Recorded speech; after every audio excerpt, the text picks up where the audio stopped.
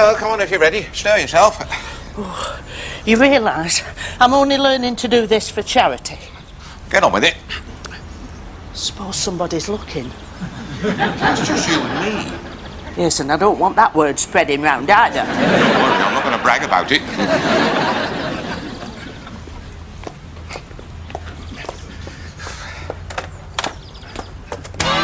Come on, Twinkle Toes, follow me.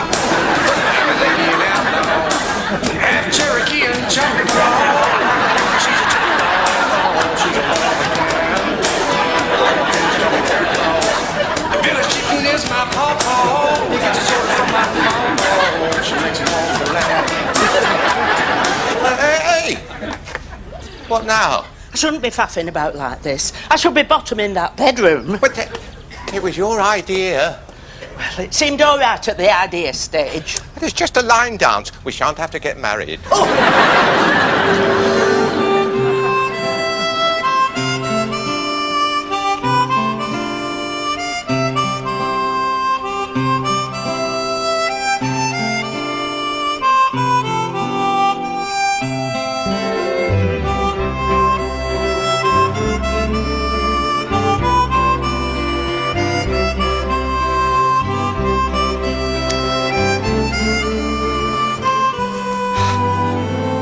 Sometimes wonder if I should have married Rita Hayworth. Her mother was all for it. Marry Alvin, she said, and you'll never be short of excitement. And look how well he maintains his bicycle. Well, how well would you have maintained Rita Hayworth? With only a bicycle repair outfit. No problem. She doted on me. Wanted to buy me a new wheel. You'd only have felt like a kept man. But she didn't keep him. It's a wonderful story. Oh, it has everything. Romance, bicycles. Where did you meet her, Alvin? We used to go to the same chippy. One night she splashed me with vinegar. Oh, she liked you with vinegar. Did she try you with curry sauce? Well, you did. You'd be ideal with a dip, Alvin. Boy meets girl. Girl splashes boy with vinegar. I like a good love story. Gets me every time. You're inclined to be sceptical, you lot.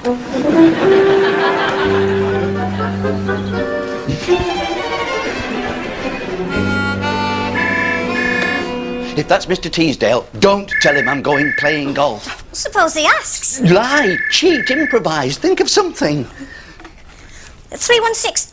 Oh, hello, Mr. Teasdale. We're all fine, thank you. And yourself and Mrs. Teasdale? Barry?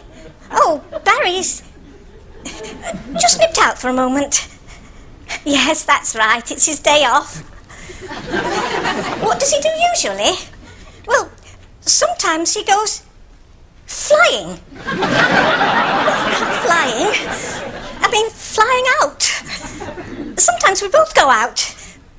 We do a bit of shopping. Maybe go for a drive. He likes to take the car for a little run. And yes, that's true. Sometimes he plays golf.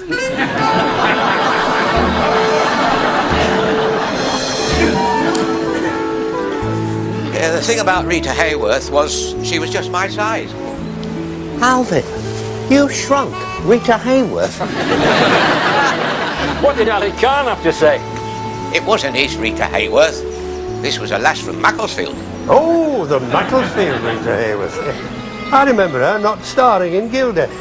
Not playing opposite Glenn Ford, I saw that. Yeah, I suppose they wouldn't act with her because of her temperamental reputation for throwing vinegar. No, I was two-timing her. I tried to tell her I always did that. Was it fair to confine all this Alvin to just one woman?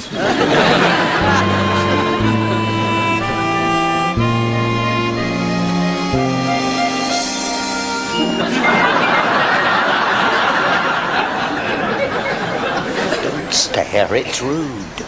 Exactly. Anybody would think we'd never seen a bloke in a dressing gown up to his waist in water strangling a swan before. I think he's seeking attention. The best thing is to ignore him.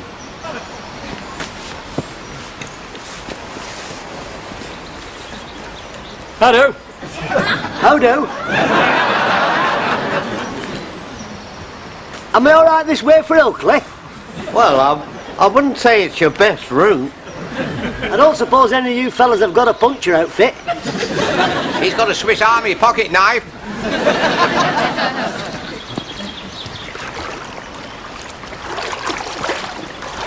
Name's Jolliffe, Leonard. How do? Hello.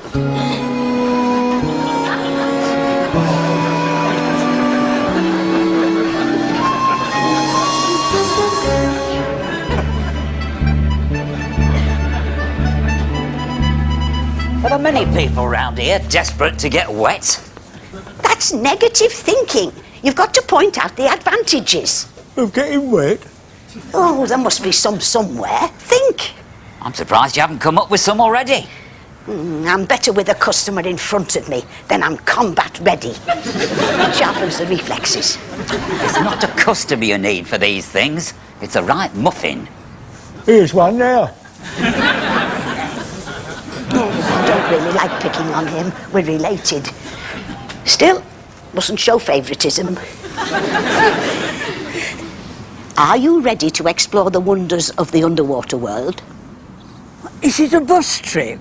No, it's wetter than that.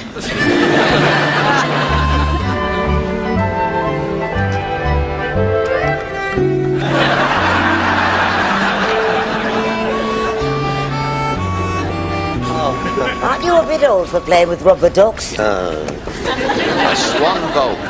Moonlight on the water. Just you and Howard. I don't let him out by moonlight. He's enough trouble during the day. Wives, I think they're all doing Open University. Reading Suspicion. Advanced. And they pass. Now, Pearl, allow me to introduce Mr. Leonard Jolliffe. The Swan man of Ilkley. Never heard of him. Well, no, I'm only just started. I haven't got there yet. Developed a hole in his dinghy. Certainly gives that impression. You got them as well then, prickly women. Oh, yes, no shortage. Mine even comes complete with her sister. She's got backup.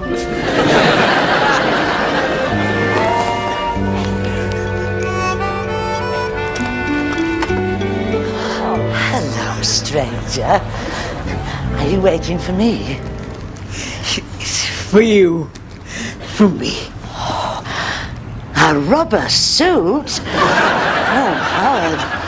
I've heard about stuff like this. It's a wetsuit. I want you to wear it. But shouldn't we wait till it's dry? Oh. I'd like you to meet my uncle from Chesterfield. Oh, yeah?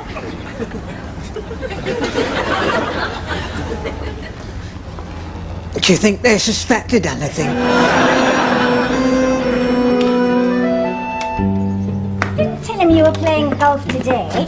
I just told him you play golf sometimes. I'm sorry, but I can't help thinking there's a leak in our organisation. Oh, just go. Well, Mr. Teasdale's nowhere in sight. Hold it. Haven't you forgotten something? Oh, first aid kit, mobile phone, distress signal, inflatable operating theatre. No, not forgotten anything. Over here, Barry. He could be watching. Nobody's watching. And it's lawful anyway. You've got a marriage licence. Don't they endorse that for speeding? Let's find out.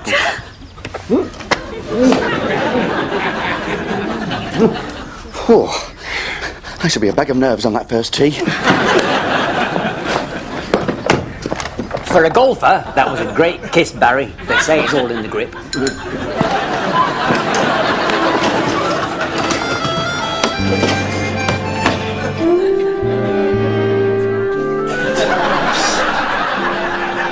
Come in, Howard.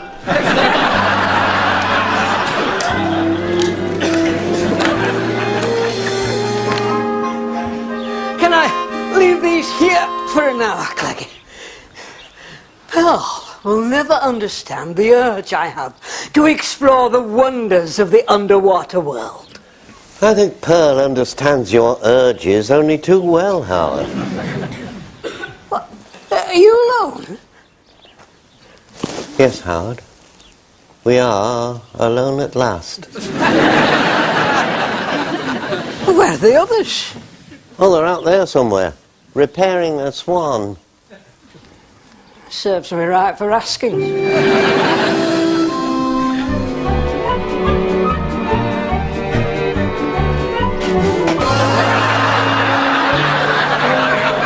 What are you doing with that thing? Everything is in order, madam. We've just been road testing that Swan.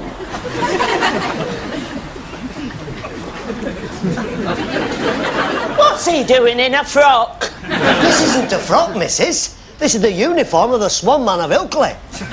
Well, it looks like a frock. Where did that come from? Did somebody rub an old lamp? You get used to her. You what? Well, her husband must have got used to her. He died. Do you think that's getting used to her? Each out of my hand. I'm teaching her line dancing. Sounds unnatural to me. Wouldn't teaching her to smile be better? I've got the face for it. She keeps it ready for the next depression. She was the next depression.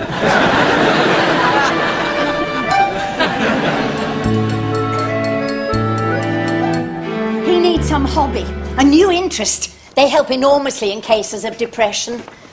I'm not depressed. No, he always looks like that. Well, what are his interests? Tell Miss Davenport what you're interested in. What sets your motor running? What sort of thing amuses him? It's not easy to tell. I got quite interested when I had blood pressure. I am surprised. Not just that you've got pressure, but blood. It was something to talk about. When people said, "How are you?" I got quite good at talking blood pressure. Has my Howard been in? He said he was researching. He took out a book on snorkelling and left. Does your Howard snorkel? Mainly when he lies on his back. If anyone sees him, send him home. Would that be within your parameters? Do you like water sports? I had a goldfish. A goldfish?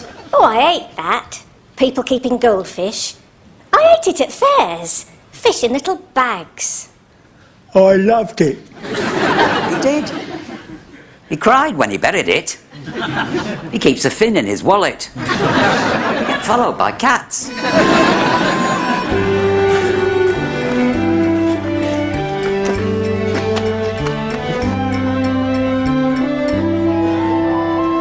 Why Swan man, Lenny? Duckman doesn't do it for me. Sparrow man. That's more thee. Red-spotted woodpecker man? I don't have any red spots. You soon will have if you keep splashing about in canals. No, I won't be long. I'm just going to float up and down the canal a bit, talk to a few swans, and in no time they'll be calling me the Swan man of Ilkley.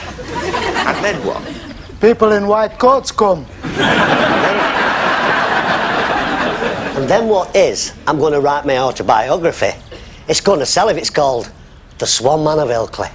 A title like that, they'll be very interested. What's the book really about? Life in a pickle factory. You need a catchy title. The pickle man of Ilkley. I can see his point. Are you up to speed on pickles then, Lenny? Or is this just another advertising ploy? I spent my life in pickles, but I get fed up with people saying, that's Lenny from the pickle factory. But from now on it's going to be, there he goes, the Swan man of Ilkley. I bet somebody says, didn't he used to be Lenny from the pickle factory? They'll wither him with contemptuous silence. Sounds like home. First job is to reach Ilkley. Swan boat looks past it. Appearances can be deceptive. This has been repaired and subjected to rigorous testing.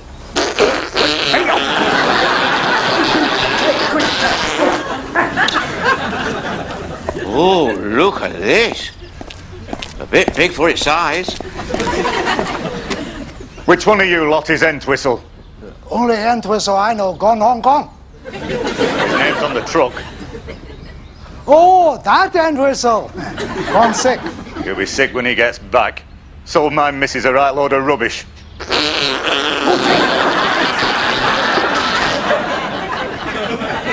Hard to believe of Dr. Entwistle. Doctor? PhD, electrical science. Man of highest integrity. He said it was nearly new. That's your response then, is it? Taking the mickey? Cease in the name of the Swan Man of Ilkley. Come at me with a stick, would you?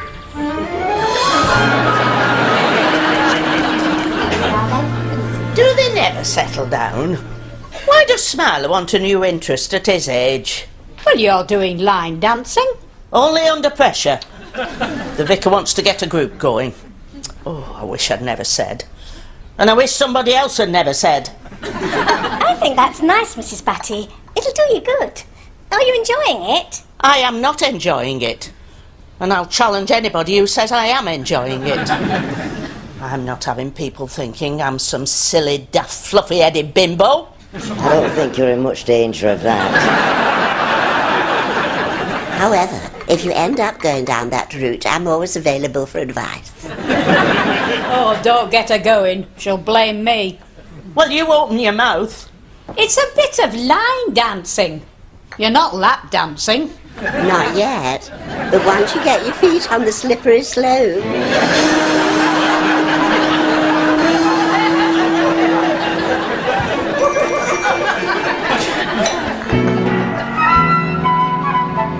I'll say this much for the Swan man. He can certainly move in that frock. But will he return for this old boat?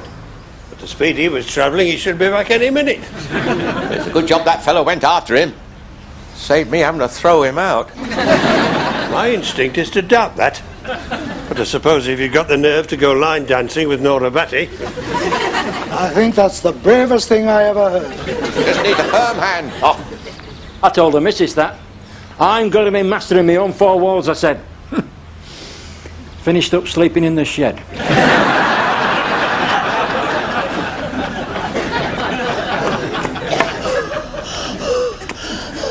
Good job he wrote a condition. Off you go, Barry. I may be a bit rusty. I've not played for a while. Nobody's counting. Mr. Teasdale. Herman. Herman.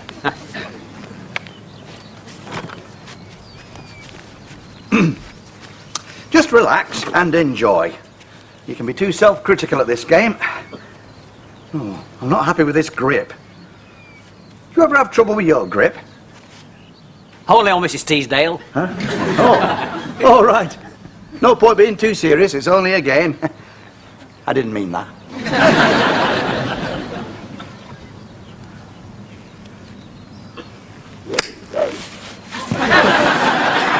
Oh, that's not great. You're going to show me up, aren't you? Butterfly. I can't resist the butterfly. Oh, I like that. So relaxed about your golf. You got time to notice a butterfly. Wish I could be like that.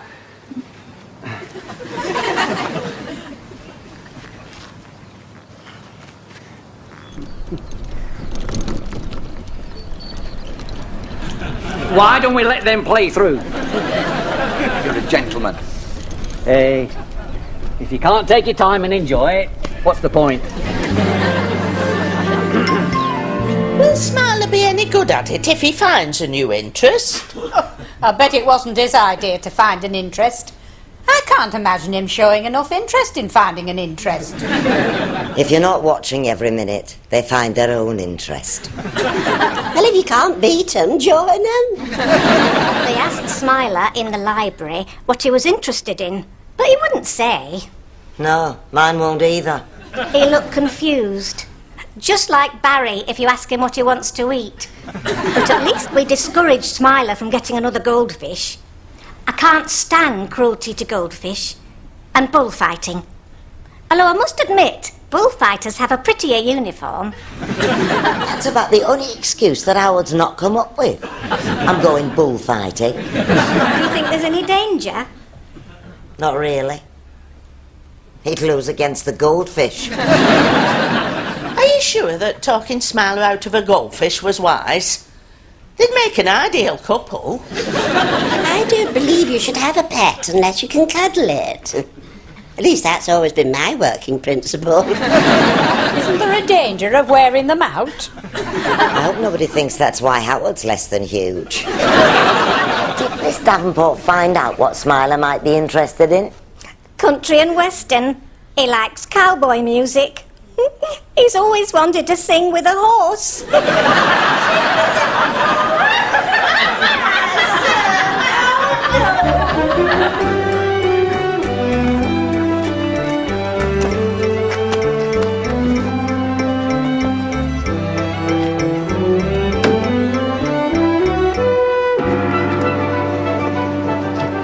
Why does Swan Man need both?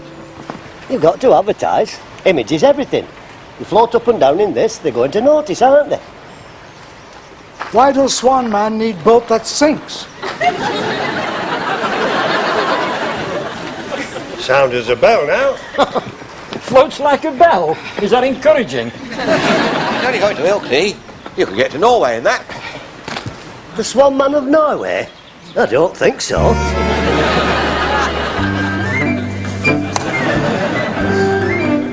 Cut throats. They bleed a lot. Do you mind when I'm eating? You can't be squeamish, lad. You've got to push yourself through the gagging barrier. You've got to be prepared for every unpleasantness. Like Chief Inspector? Worse. Well, maybe not worse, but different. What's the worst thing you've seen squashed on a road? My foot. Just backed over it. Should have applied his foot brake. Laugh a minute with you. World needs a laugh. World needs romance. Do you think there's as much romance about as there used to be? Not in our house, there ain't. I think it's sad. When did you last see a couple holding hands?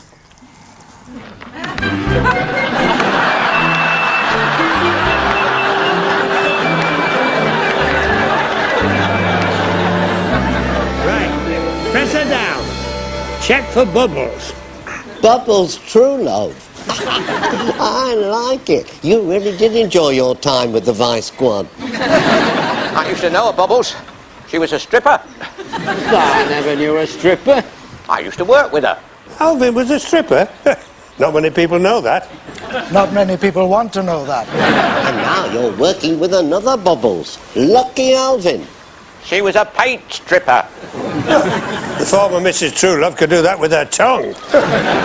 She must have gone to the same school as my missus. You're still sleeping in the shed? Only when we have company. You showed her who's boss, then? You have to. It's going to be famous, my boat. She'll probably end up in some museum somewhere. Oh, not the pickle factory? No, I've retired. Now I'm able to live the dream. Wise Man Book's wake-up call. Who let go of the boat? Come on, who let go of the boat?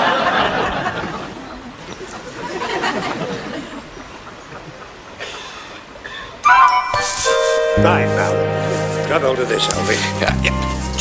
Did we vote on this? I demand a recount. You'll be all right, Alvin. You're used to swinging through trees. Suppose I miss. Ah, who's going to miss at this distance? Answers on a postcard, please. And the lucky winner gets to dry Alvin. What's the boat?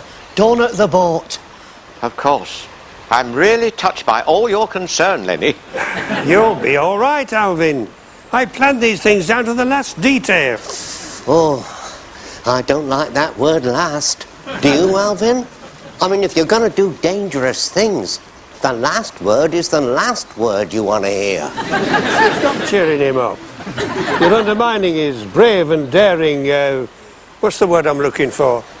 Stupidity. That's it. Is he wearing anything sharp?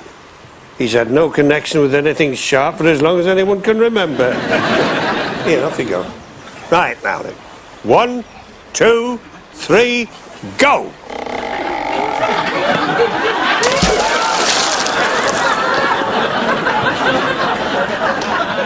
Dry. I landed on my nose, but I'm dry. Lick his nose, Recky's for, we decided. These things are planned down to the last detail. Ah, but has he got a sharp nose? Not anymore. I don't want anything sharp in that Swan boat. He has distinguished, squashed flat nose. Distinguished for its exceptional braking power. Right. Stage 1. Give Elvin nose burn. Stage 2. Get the boat back to shore. How do I do that? Come on then, Bubbles. Let's hear the captain speaking. It's quite simple.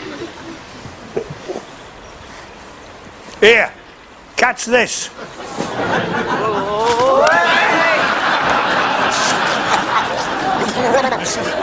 Butterfingers. Right, in you go then, Lenny. Fetch your boat. I'm not swinging out there. I don't want any Lennies landing on me. You know, it was never this much fun in the pickle factory. Relax. Everything's under control.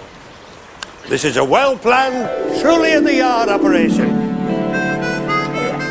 Here, Alvin, catch this. And tie it to the Swan. And let me have it.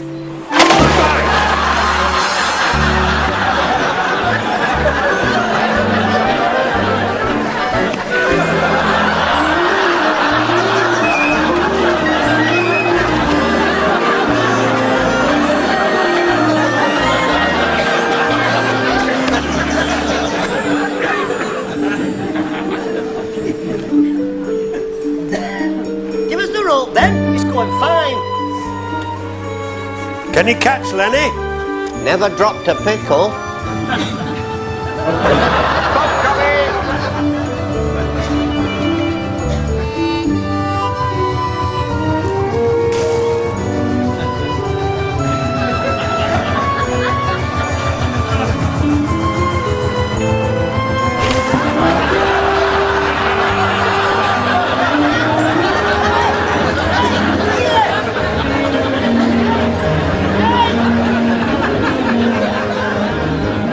Hitchhiking Swan Man of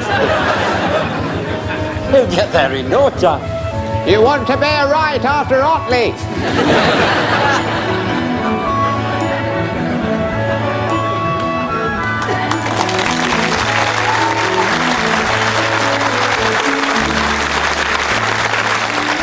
Do you think he's balmy? Just a little eccentric. Oh, as balmy as that. Absolutely. Trouble with world. No time to sit and think about buying reconditioned washing machine.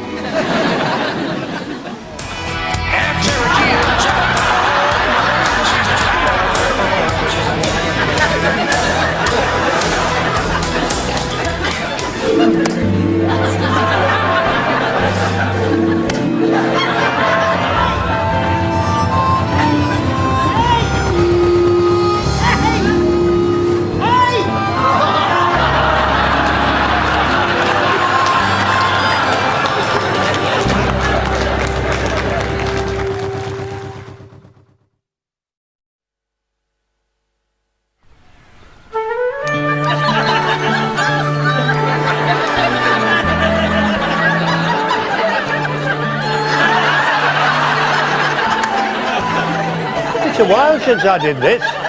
Didn't do it a lot in the police force then. Problem was keeping your helmet on. Can you wear a chin strap? Very dangerous, chin straps.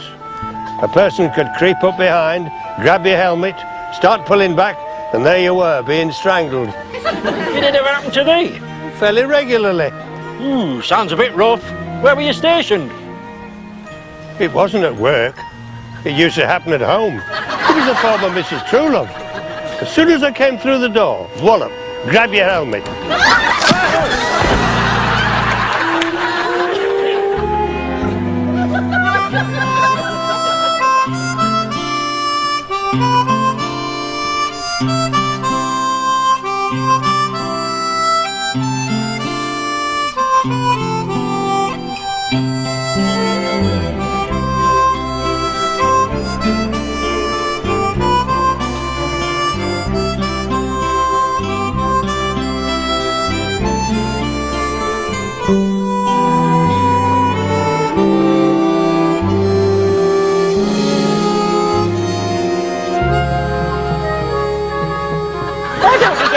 going on? If you can't stand the heat, keep away from the oven.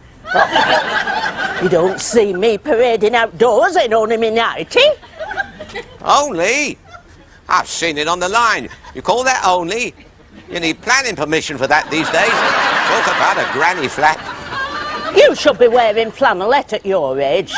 Them things don't belong with a senior rail card. Oh, he had lovely manners.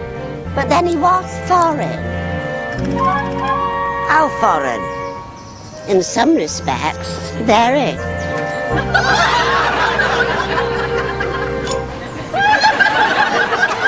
I have enough trouble with the natives without going foreign.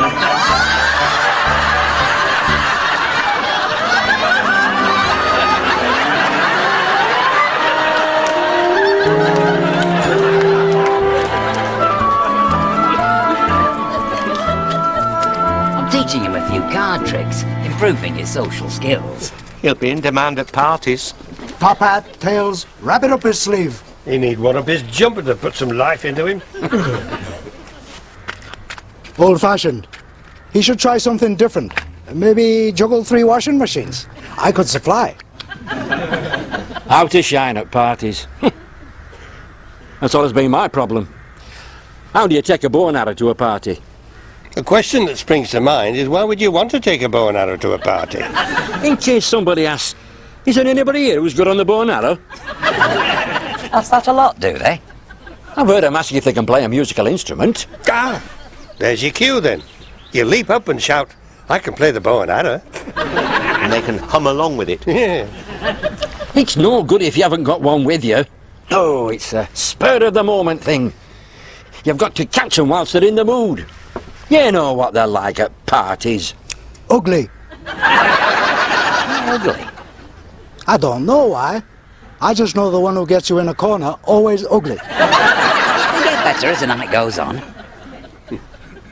Anyway, when you get back with your bow, they've probably forgotten who you are. Probably won't even let you back in. They'll all be watching me doing card tricks. I went to some very funny parties in the Vice Squad. The dress codes were very relaxed. I do good at parties. I tell future. What sort of stuff do you tell them? I tell them, buy a washing machine. It didn't work. Better than bow and arrow. Pick a card. 8 of hearts. Don't tell me. I'm supposed to tell you. Oh, all right then. What was it? 8 of hearts. Smiler. That was marvellous.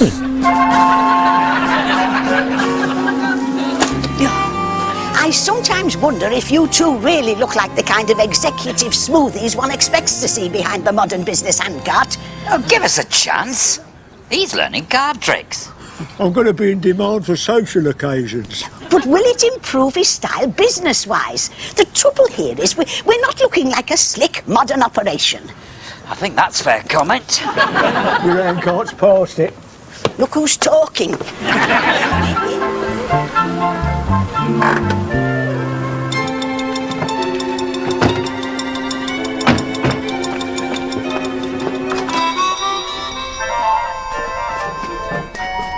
Don't get excited. We're here on behalf of a charitable cause. Dash it. And I've just given my last penny to some starving orphans.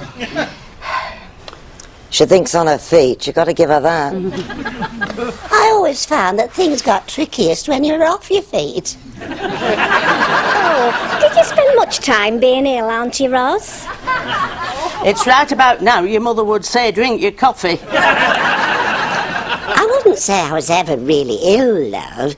It was more that I tended to give in under pressure. I think we all sometimes feel like that. Not quite like that, we don't. Let's face it, there's none of us under much pressure these days.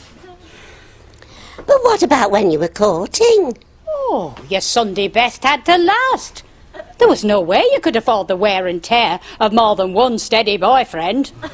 Besides, if you went home with any creases, there was uproar. I must have missed all that. I gave up love for money, and we've lived happily ever since. Well, just remember, this is for charity. We're looking for something exceptional in a nearly new oven for the church hall. What did we do with that exceptional, nearly new oven? I left it to him. Eh? I don't remember any. Step inside, ladies. By exceptional, as well as beautiful condition, we were thinking of something very reasonable. Reasonable is what we're famous for. Are you in pain, Mr. Simonite? Only till 5 o'clock.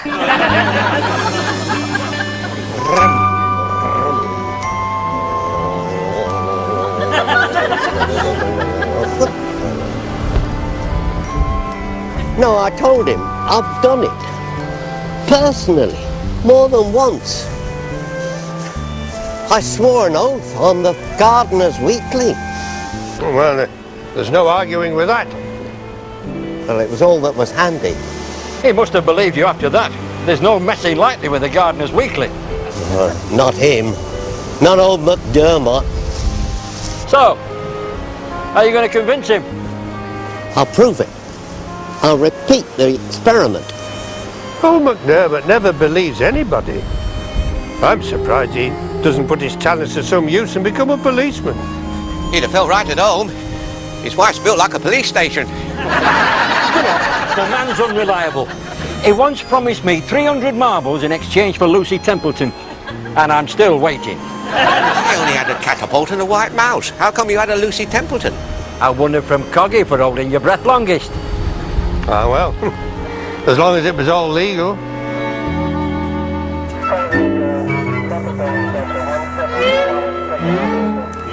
Was that for us? No. How do you know? Instinct. Well, it's good enough. You're not going back to sleep again, are you? I've never been asleep. I may have closed my eyes, as you do when you're running important things through your mind. You were snoring. Trying to memorise things so complicated that it could sound like snoring. What things? Are you cleared for classified information? As clear as you are. You understand that what I'm about to tell you must go no further? I understand. All right then. I admit I was sleeping.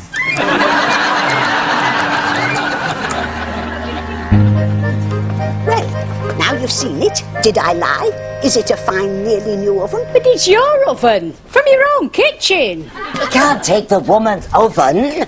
We might, if the price is right. You sound just like an older version of me, Mrs. Batty. We're not linked by blood, are we? We might be, if I hear any more cracks about older. Will the price include delivery?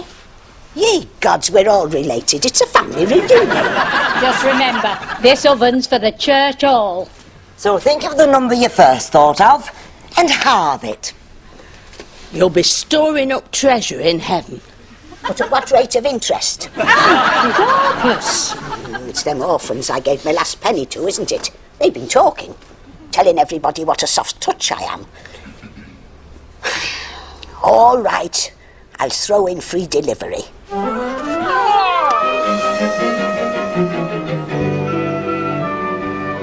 I'm sure it was this tree. I remember thinking, what a tall tree. I remember thinking that particularly when I fell. We used to fall a lot in those days. How come we never got killed? We were saving that for a rainy day. Didn't little Bobby Watson get killed? No. They moved to Luton. I knew it was something sad. I used to climb faster than this. We were younger and fitter then. I used to be shy and unsought after till I took this bodybuilding course. Did you have much trouble getting your money back?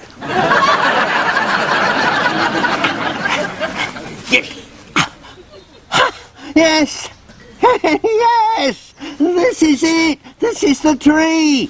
You can see Tollgate Church. I told McDermott, you can see Tollgate Church clock from this tree. Keep it down, Clegg. We've got company. Look who's coming.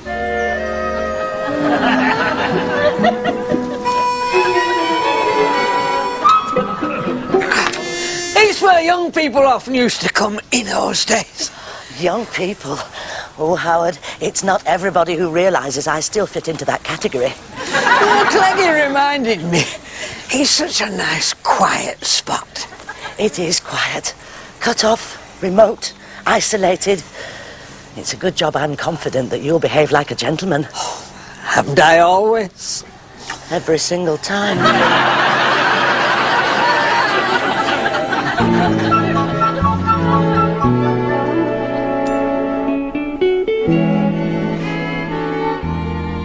You're doing it again. Unfasten your seatbelt, Barry. This is your captain speaking. Where are we going, Glenda? We're not going anywhere. I've got to get a meal ready. Where's the world going? I don't know, but it can get its own meals ready.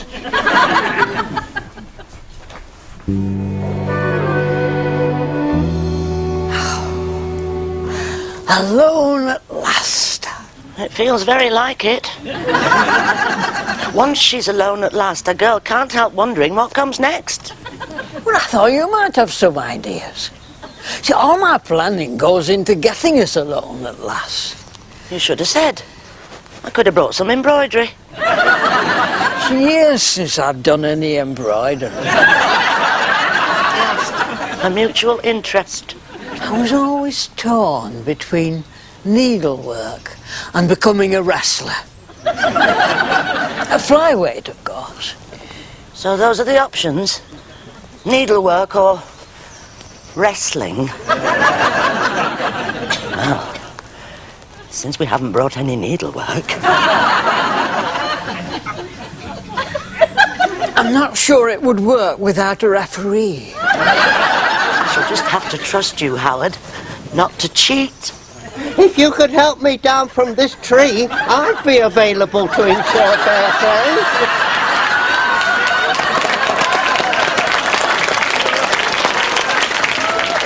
Cheer up, Howard. The world's full of referees.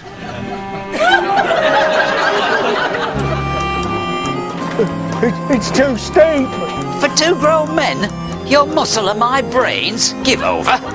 There's usually only one grown man that's doing all the work, and that's me. Oh, yes.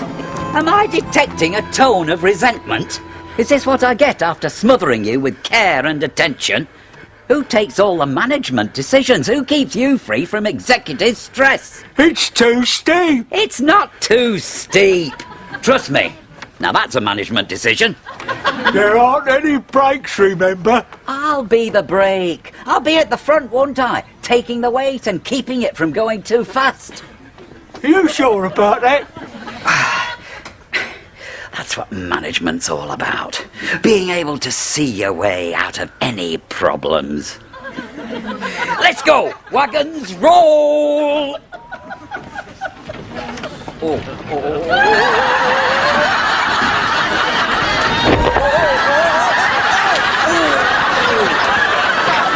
You're going too fast. I know I'm going too fast. That's the first thing we've agreed on all day.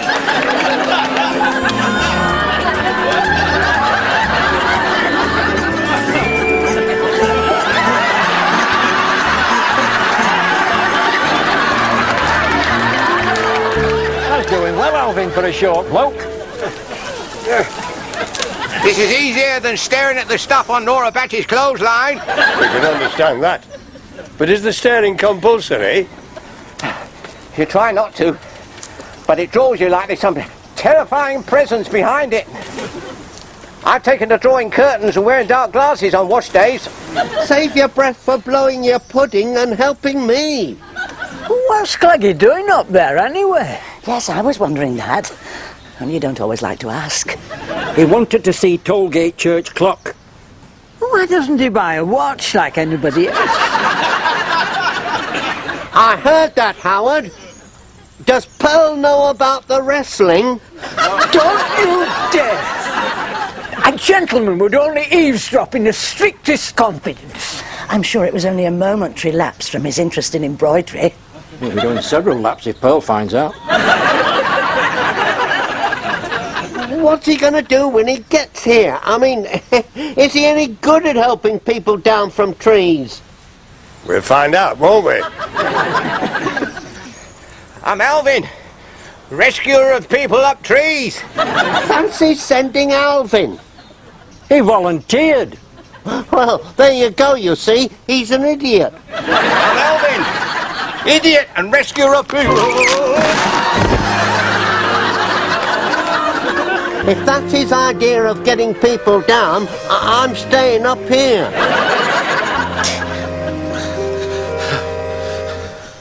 Mother.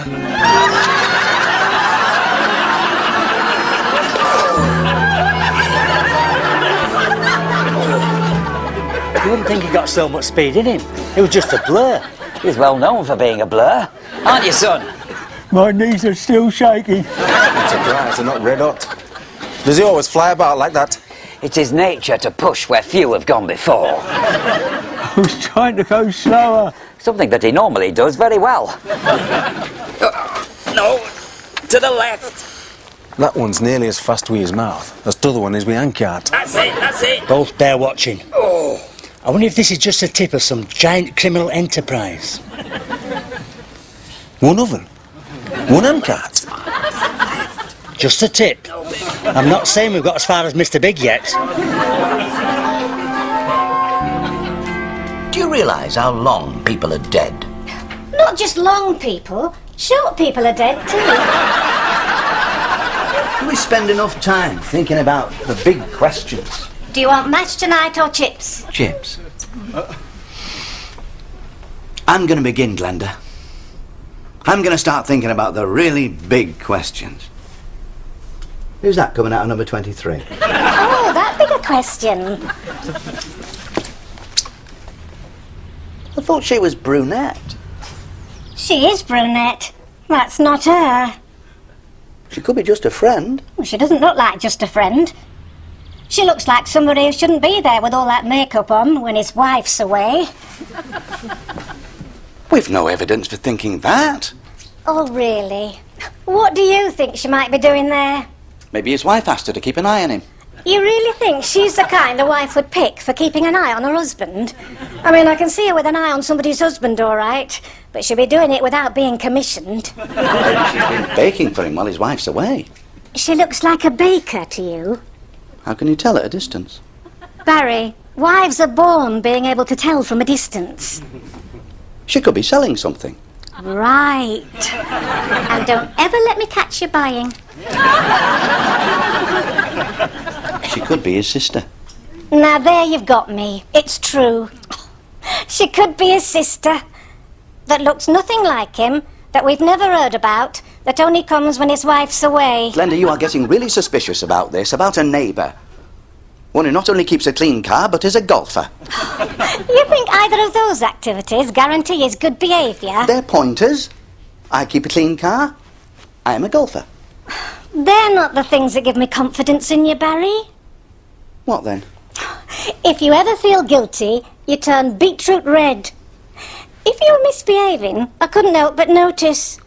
It would be like living with a sad fire engine.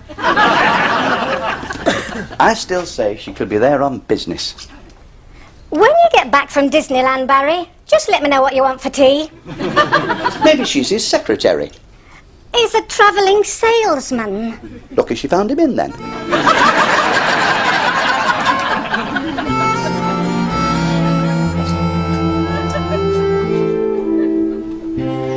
Help is on its way.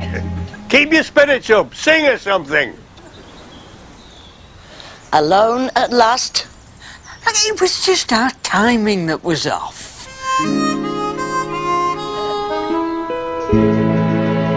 The people down there behaving suspiciously at the foot of a tree. What do you think they're doing? Probably some ancient custom.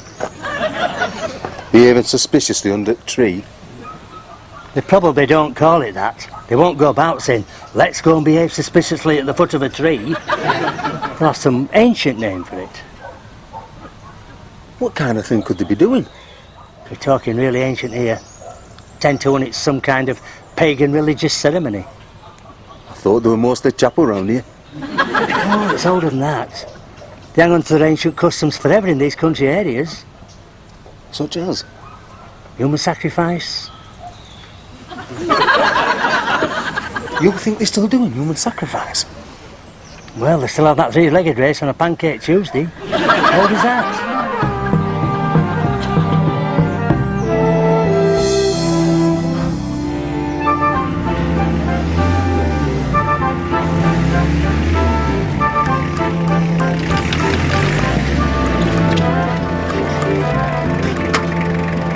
This'll do it.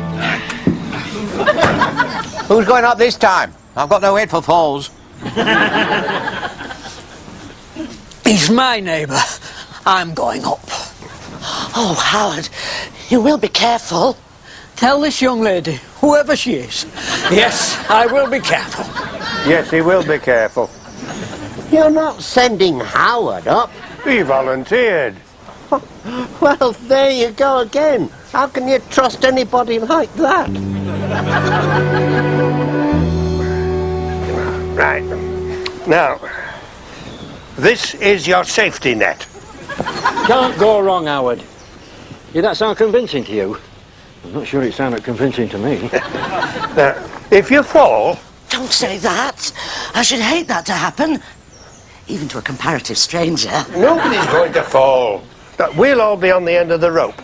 Now, if he slips, he'll just swing gently in the air and we'll lower him to the ground. Where's your sense of danger? Where's the adventure? You might as well be opening a tea room in Leamington Spa. Have you made up your minds? Who's coming up?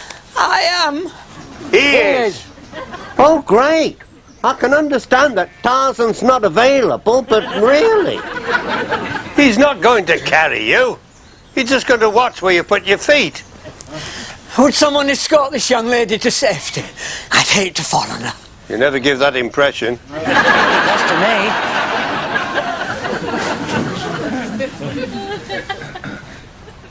They've got a truck and a rope now. Why do they need a truck and a rope? Hanging somebody from a truck. Bound to be illegal. Unless... Unless what? Unless it's his truck. Is it illegal if it's his truck? It gets trickier. I'm much happy with traffic offences. Me too. You know what you ought to do, don't you? You ought to go back and get that reckless beggar who was speeding with his handcart. Where are we going to be if everybody starts speeding with handcarts? Going well, Howard. Nearly there. He's getting higher. Yes, it does that when you keep going up. Look! It's all right going up. It's coming down, you have to watch. It's the way you do it. I usually have wonderful balance. Does that include your mental balance? I'll have to think about that. Can you see Howard, Clegg? I don't look. I'm not looking down. That's a great help. I'm not supposed to help. You're supposed to be the help. I bet Robin Hood is turning in his grave. He used to practically live in a tree. I'm beginning to feel like I'm practically living in a tree. You want washing machine? About so high. How would that help? It would help me. I sell washing machines. Are you getting any nearer, Howard? Yes, I can see Claggy's feet. The rest of him should be there somewhere. Got him! Hook the rope over that branch and tie yourself to Clegg. We'll hold the rope and gently lower them down. Didn't I tell you? When Truly says you'll be safe, he means safe.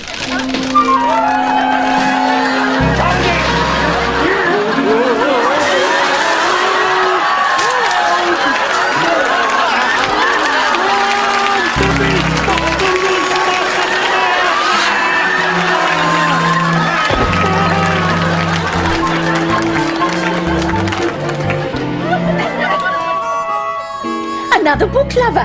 How may we help you? Have you got How to Poison Your Husband? I'm sorry, it's out.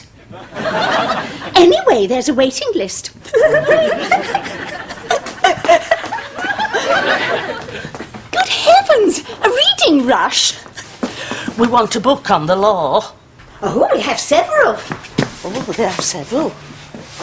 We'll have the biggest. We'll have the biggest.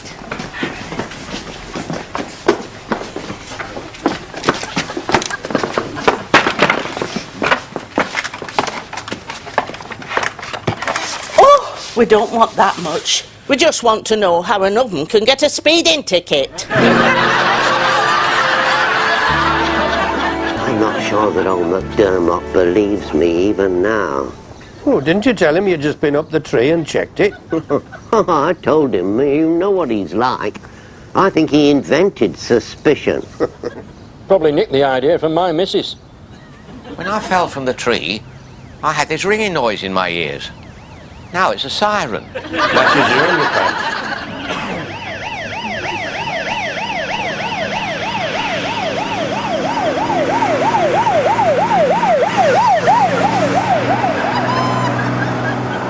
Now, where's that going? It's old McDermott. He's stuck up the tree trying to see Tollgate Church clock. Reminding me of the 300 marbles. To old McDermott. Oh, McDermott. I'd stay up a tree if I had Mrs. McDermott. No, they start well, but they can all finish up as Mrs. McDermott. Mine started as Mrs. McDermott. I never really looked at Mrs. Clegg. Well, you don't when you're living with someone.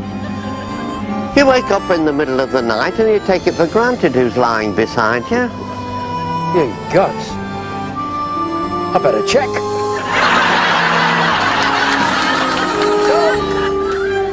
Take a card. Thank you.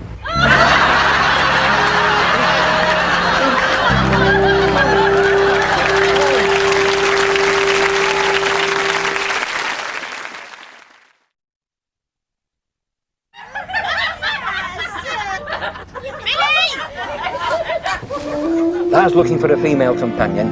I'm looking to get rid of the wife's sister. It's the perfect solution. I wouldn't say perfect. She's quite, well, very nearly, quite attractive. If you don't mind the warts. We've talked about blemishes. He's not expecting perfection. He'd consider loss of leg, going bald. Oh, great. She's got a full set. About facial hair. Yeah, with nearly every wart. Lucky again, Smiler. Is this uncanny or what? He doesn't mind warts, do you? Depend on the bits in between. To be honest, the warts are the best bits. But she'd be company for you in the winter of your years. It sounds like another hard winter.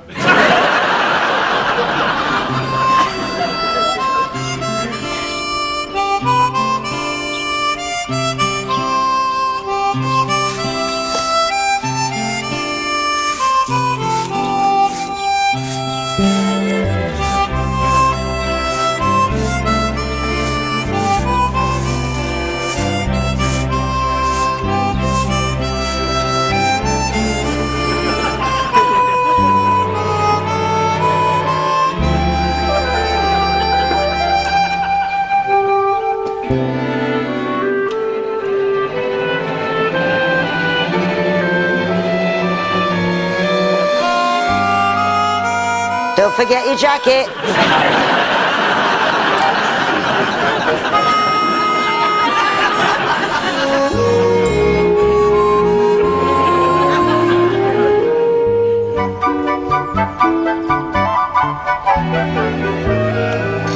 Well, let's look at what we've got here. Billy wants a good home for his wife's sister. And the wife, if there's room. Don't be greedy. The first move is to find someone to soften up your sister-in-law. I don't think she does soft. She's a lean, mean, man-eating machine. She terrified Smiler. He didn't last one round. She needs something swifter than Smiler. Who do we know that's irresistible to the ladies? I'm retired. Who says Alvin's irresistible to the ladies anyway? It's just a gift. If you're born with it, what can you do? You can use it in the service of your fellow man. Perhaps you can bring the smile back to Billy's wife's sister. Smile? She'll die laughing if he turns up. We have advantages undreamed of by tall blokes. No, I've hung up my aftershave, sold my hairpiece. You need Crowcroft. Is he between marriages? Again? He must be.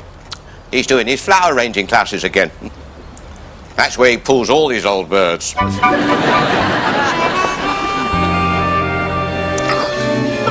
me in, Claggy. It's dangerous for husbands out here.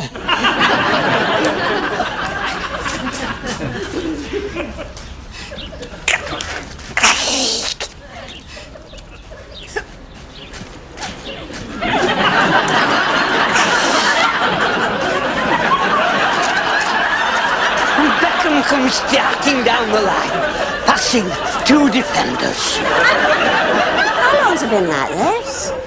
Seems longer. They say they're a comfort in your old age. I thought that was pets.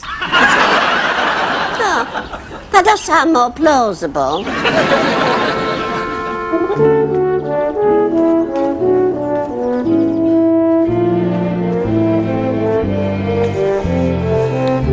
It gets more like the Costa del Closet every day. I wonder if Crowcroft could tackle that.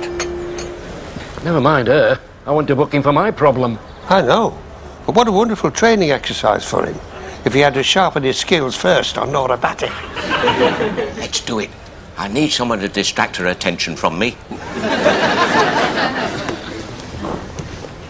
You can't send Crowcroft up against that. The man's supposed to be a lady killer. There'll be no left for my sister-in-law. Your sister-in-law will look twice as good after Nora's mauled him a bit.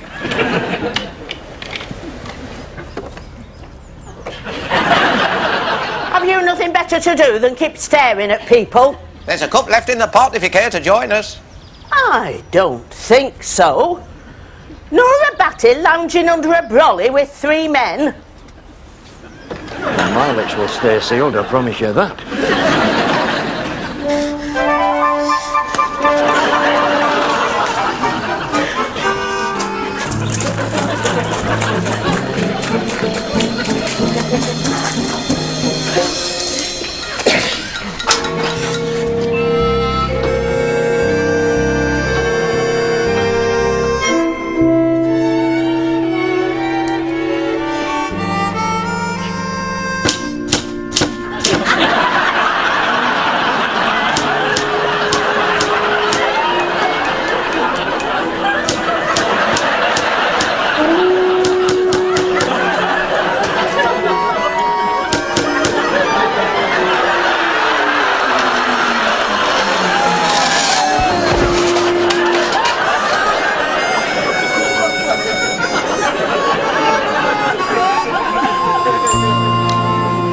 You're looking for another billet, Crowcroft. Somewhere to put your feet up. Let the little woman take the strain. Before winter would be nice. There's no such thing as winter at Mrs. Batty's. Every day is summertime. Mind you, it can get a bit hot. Up those steps, Crowcroft, is some of the finest gravy in the Western world. Does a good gravy, does she? And the puddings aren't bad either. But is she attractive? The mosquitoes, maybe. Hey, no need. Anyway, does attractive really matter at your age? It better be really good gravy. The finest. And she keeps the house spotless. But I'm used to attractive, you see. I did all my training on attractive. Do you fancy a drink? That sounds attractive.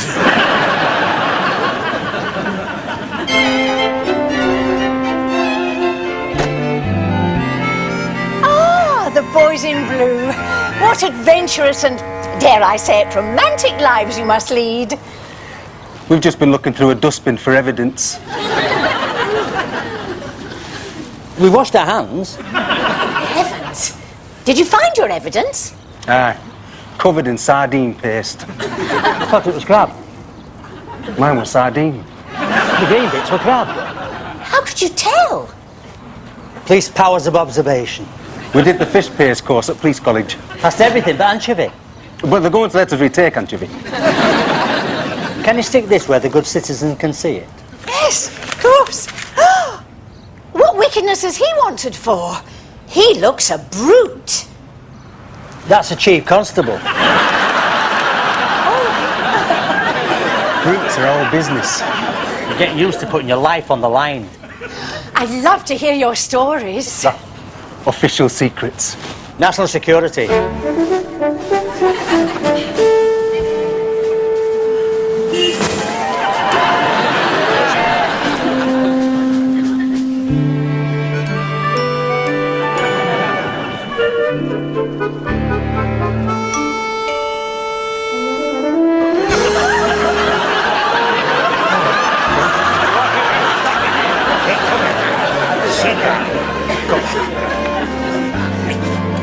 Look at the security she'd offer. Your own bouncer, and it cooks and cleans. And I bet it bites. And I bet it goes septic. Ignore him. You could soften her up, Crowcroft. She'd be putty in your hands. Accept the challenge, Crowcroft. Could be your finest hour. And your last. Are you ordering, or are you just taking advantage of the facilities? 4 of your delicious teas, please, Ivy. Make that 3. I'll have to go, lads. It's very kind of you to think of me, but a chap can't live off gravy alone. Don't judge her by the way she looks now. She usually wears curlers.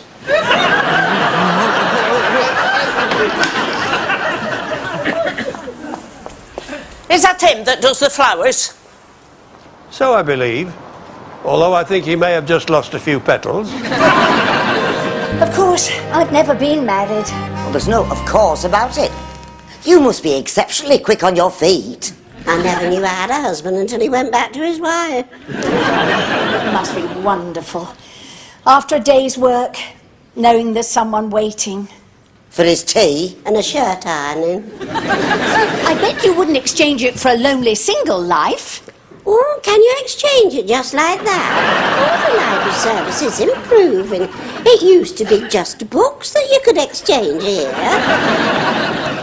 Flat arranging. Is Crowcroft between lodgings again? If it's company you're looking for... I've already had one bad experience with Mr. Crowcroft. Only one? Oh, you want to pick yourself up and get back into the saddle. I never really trust men with bow ties. How about bow legs? You're not so reliable either. No, I can't say I like bow legs. But by the time they're drawn to your attention, it's too late for changing your mind.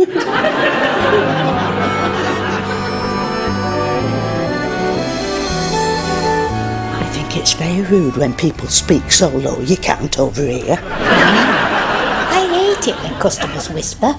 You never know whether they're complaining or on about something much more interesting.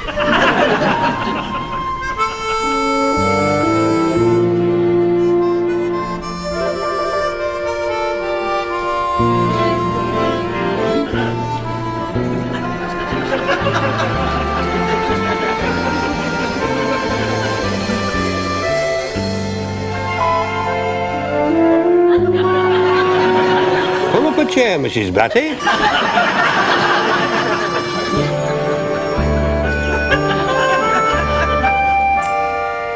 So, what do we do now? Crowcroft's gone.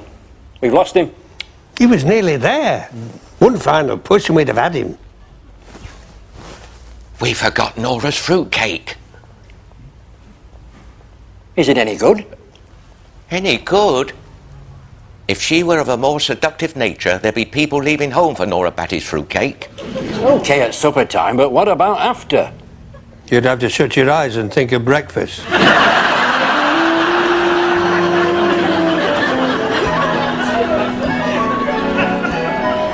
Is that nice or is that nice? It is nice. Don't you wish you could make a nice flower arrangement? Me? I'm more for your contact sports. Sweaty cricket pants. You'd be able to brighten up your office. The district manager thinks I'm a tulip already. You're allowed to show your more sensitive side. Not in a building society. I think flower arranging is a nice skill for a person to have. I'm sure it is, but if you got me spotted for that kind of thing, I'm going to have to stop shaving and roughen up the edges a bit. Oh, Barry. I want you to get me a shirt with fast food and beer stains on it. Yeah. This should make her feel challenged.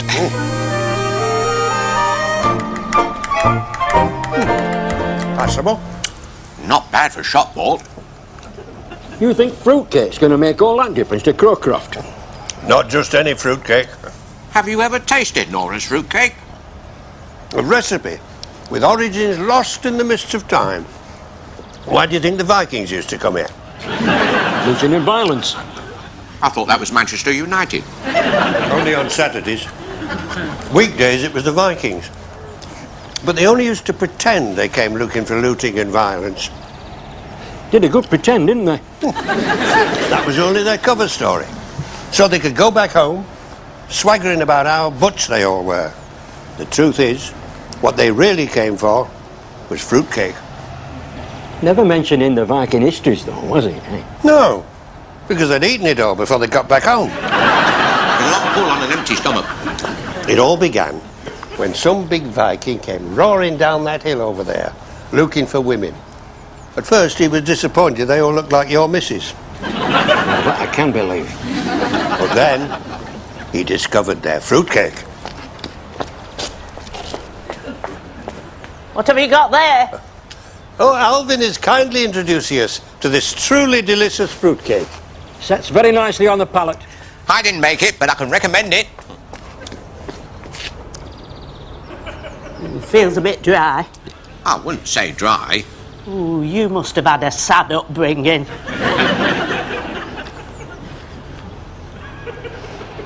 Oh.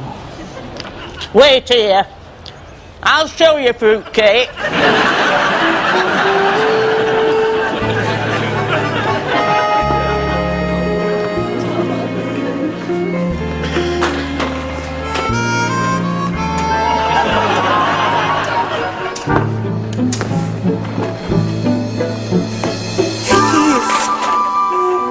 It's you. It's me every day, Howard. I thought you knew. I saw you bending over. And even from behind, I thought, that's never Auntie Wainwright. I hope you thought the same from the front. You're completely in charge. Well, there's not a lot happening that would make a girl lose control. The shop. Oh, the shop. Yes, fully in charge, while Auntie's away at the auction. So, I'm free to browse. Well, up to a point, Howard. Oh, the shop. Yes, customers are free to browse. Are you interested in antiques? I am. Certainly, I am. Good. She's been dying to get rid of that horrible old boat. Would you care to step inside?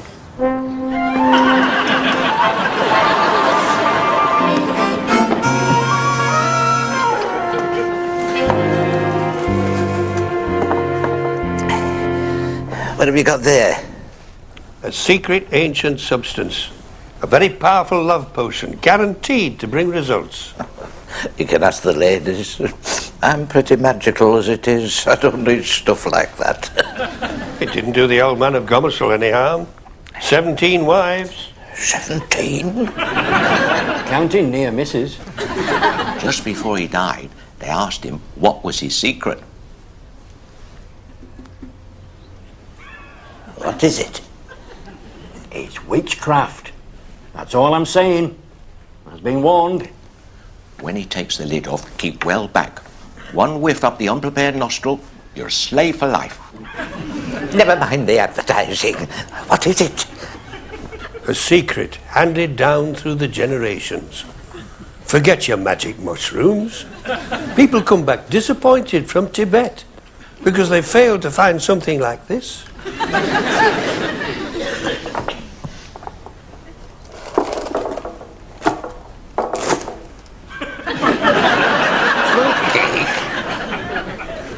Not just any fruitcake.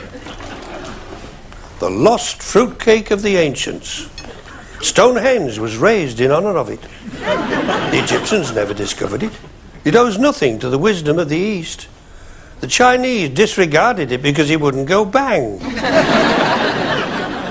It was only in the wilds of Yorkshire that certain sacred females used it for its uncanny powers over men. Do they get the tonsils wrapped round this? Now, many like it with butter, and others with a knob of cheese. And the French think they know all about love.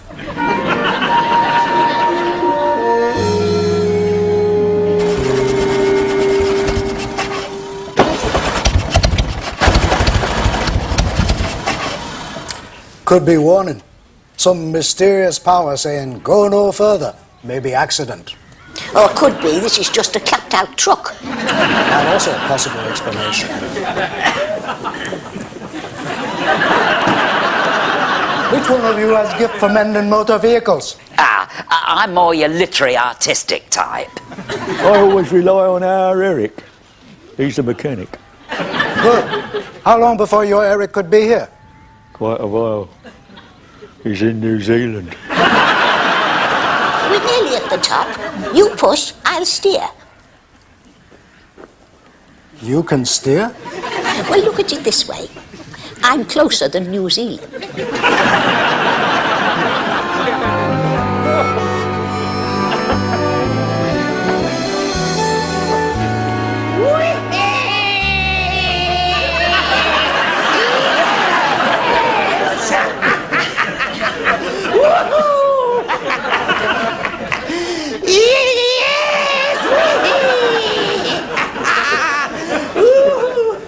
Well, I think we've cracked it.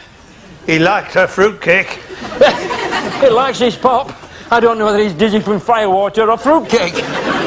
Where's he got to? We can't have him running loose in that condition. Yes! Yes! Oh,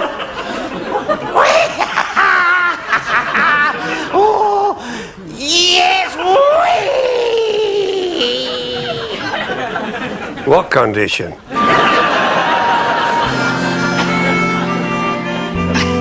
This is not a productive use of a literary artistic type.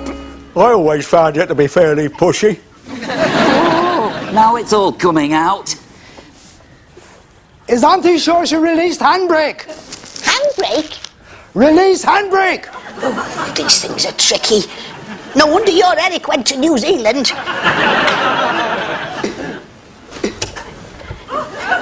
Apply handbrake!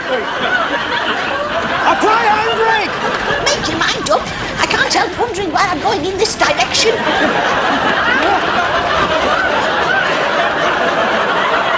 Apply handbrake!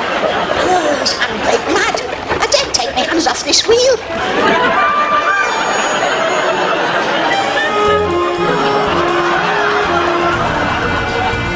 You're wondering why I'm driving at this steady pace.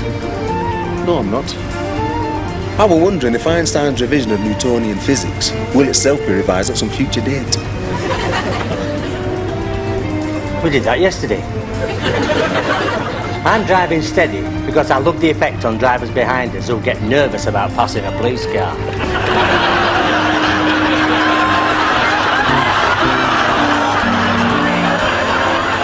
You didn't look all that nervous.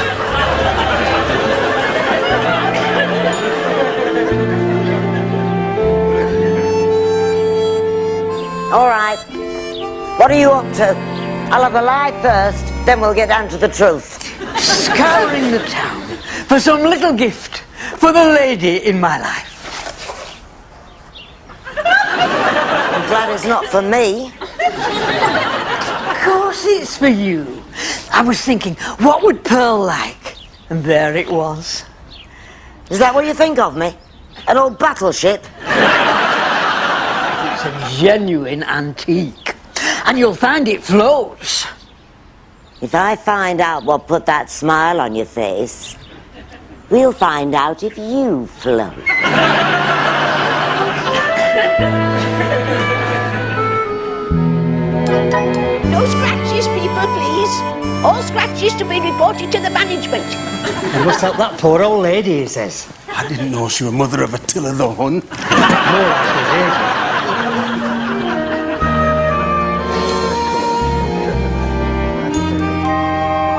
Right. Ready when you are, Crowcroft. Yes, I'm ready. Although I could have done with another slice. Play your cards right. There's plenty more where that came from. This is unfair. My sister-in-law's a terrible cook. What's she going to be able to offer him? What's your outstanding feature? What? Only the Cromwell had warts. You better hope Crowcroft is a roundhead. Worse things than warts. Don't ask me to expand on that. I hope he's as good as he thinks he is. Nobody's as good as he thinks he is. Some of us are better. Right, here we go. Watch the talent in action, lads. 1, 2, 3.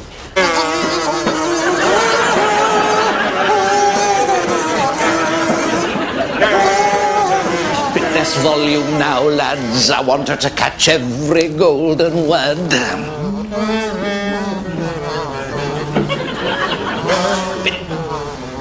Is that her? It is, in the flesh, the widow Batty. Oh, my Nora, my dreamboat, perfection in a floral pinny. Right, give us a big burst, lads, bags of passion. Expression, we've got no wonder in. Right, volume down. Here we go. You're wondering who it is, Nora? I'll tell you who it is. It's Mr. Right, come to relieve you from your lonely widowhood. Come in, lass. Open your door. We've been apart too long. Open your heart, girl. Let the magic in. Yes, the magic. You thought it was too late, didn't you? Be honest, you did. You thought you were past it. It's not too late. I'm here, Nora. She's going, lads. I've got her. Right. More volume. Give it some stick. It's here, Nora. At your door. Companionship, perfection. Someone to care for. Someone to bake for. It's all here, Nora. Mr. Long Overdue, finally knocking at your door. Made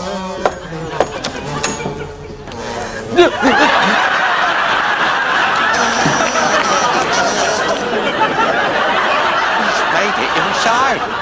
I never thought he'd get that far. I hope he's pacing himself. Oh, I never thought she'd fall for a chat line like that. Oh, it was terrible. Probably the moustache.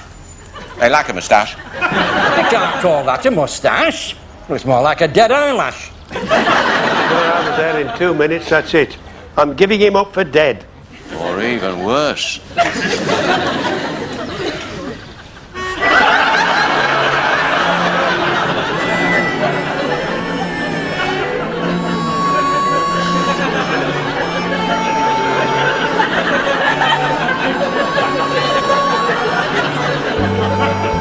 Crowcroft.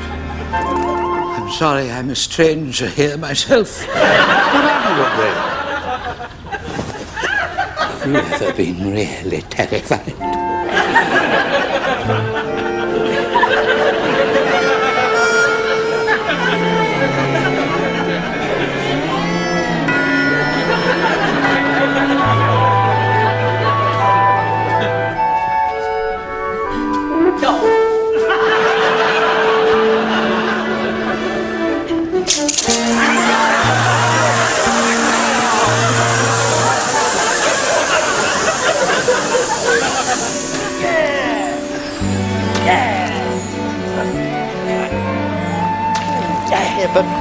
But what did Crowcroft make of your sister-in-law? He never made it that far. Broke his nerve on Nora Batty.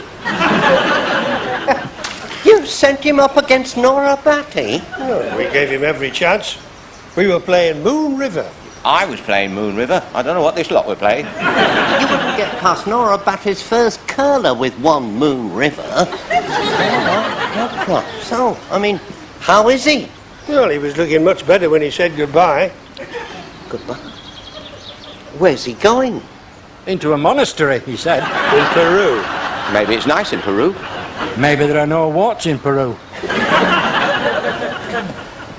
I must admit, I've never seen a Peruvian with a wart. I was only thinking so this morning. I suppose we've led such sheltered lives. You get to our age, and you've never seen a Peruvian with a wart.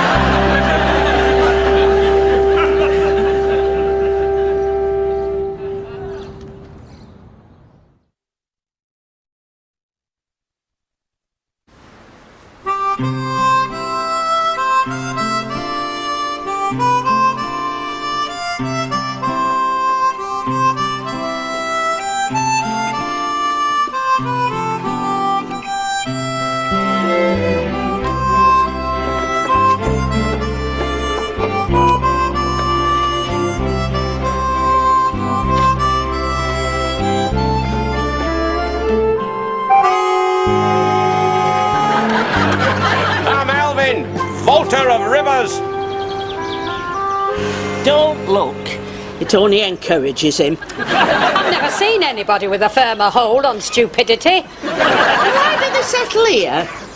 Why don't they go and annoy Australia? They'd never find Australia.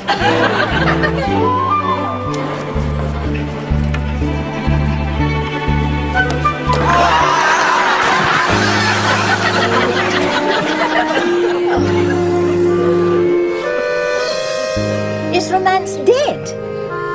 I like to think not. I bought all that perfume. I like to think not too. I spend a lot of time liking to think not. Well, it looks dead enough there. They say he's searching for something. I know the feeling. He needs the attentions of a good woman. A bad one might be quicker.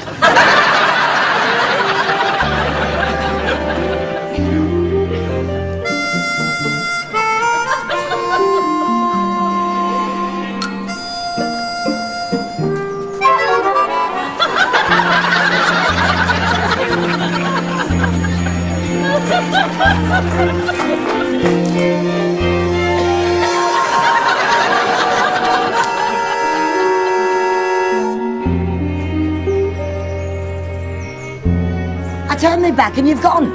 How do you do it? Have we got a secret passage?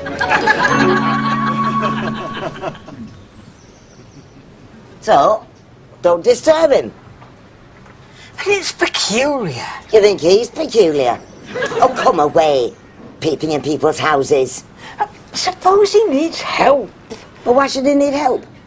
And if he did need help, do you think you'd be high on his wants list? I always do what I can for other people. I know. Why do you think I keep confiscating your bicycle?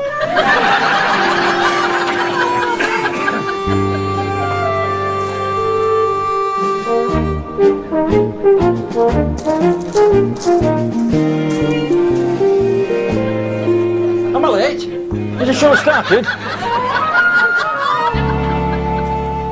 Do not disturb. I'm sorry if I'm disturbing you from looking in Clegg's window. Not us, you muffin. We didn't hang it there. Cleggy must have put it there. I can't believe Clegg is up to anything that requires a do not disturb sign. He's never been that athletic. There is such a thing as second childhood. Shouldn't he have waited till he finished with the first? I don't know why you're both looking at me. Don't lie. You do know why? Be fair, you can't expect him to admit it. That's one advantage of being a wife. Fair's got nothing to do with it.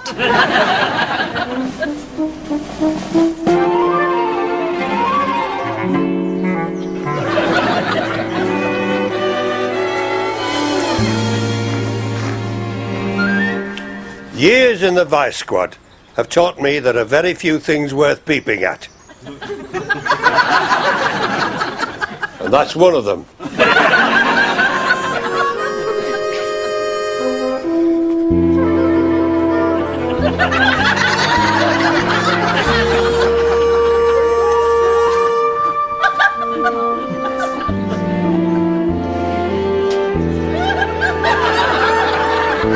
Stop shaking your head.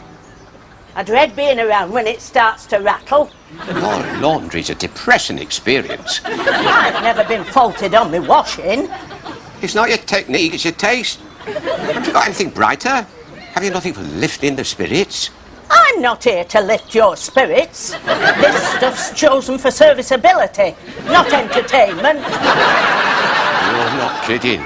Talk about bleak midwinter. Have you nothing more springtime? Why don't you get off inside? I'm not standing here discussing washing with an unmarried male. We need to get a few pansies on that wall or something. We need a bit of colour around here.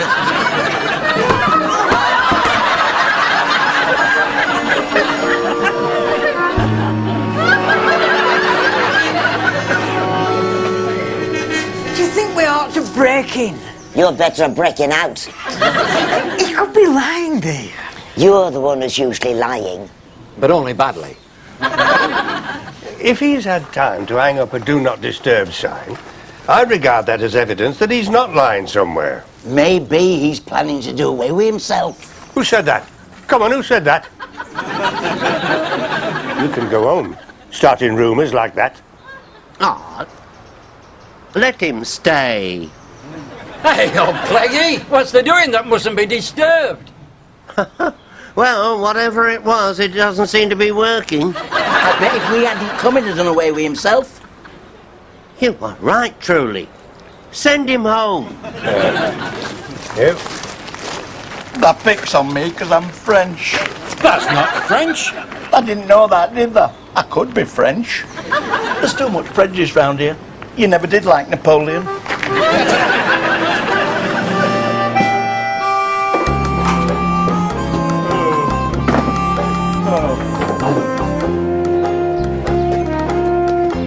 Correct me if I'm wrong, although do it carefully because nobody likes a clever dick. But is he looking more miserable than usual? Yes. Yes, that's it, just yes. Are you going to enlarge on that? The chances are there'll be a simple explanation. Which would have to be, he's not ready for complicated. Although, who would believe Smiler able to be more miserable than usual? He must keep a bit in reserve.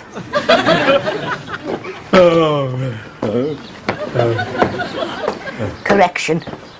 Quite a lot in reserve. He's had a Dear John letter. His lady friend's packed him in. He has a lady friend? Not anymore. She found her glasses. You see? Simple explanation.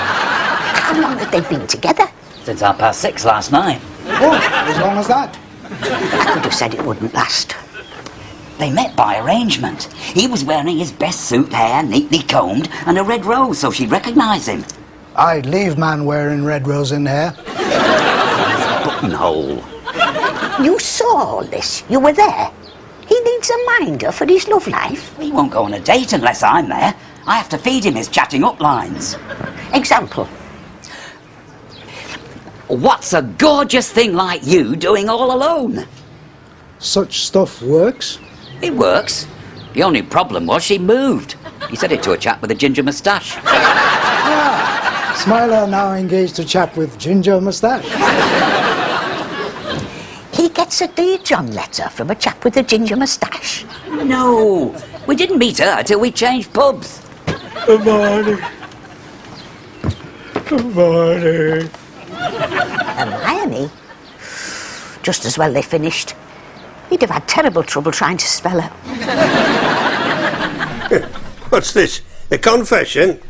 You should have said. I used to help people write these. If it's ours, we ought to be reading it. I'm sure I've nothing to confess. Aren't you afraid of being struck down by a bolt of lightning? No. All I'm doing is transferring my old diaries into readable copy. It's fascinating, really, remembering what you were doing. What were you doing? Well, very little, really. That's what makes this such a worthwhile record. I must be one of the very few who went through the 20th century and found it boring. You should have married the former Mrs. Truelove. Or the present Mrs. You-Know-Who. No, I've enjoyed being boring. It's very close to that state of spiritual tranquility that the wise men seek. My granddad spent his life seeking the recipe of the perfect treacle tart.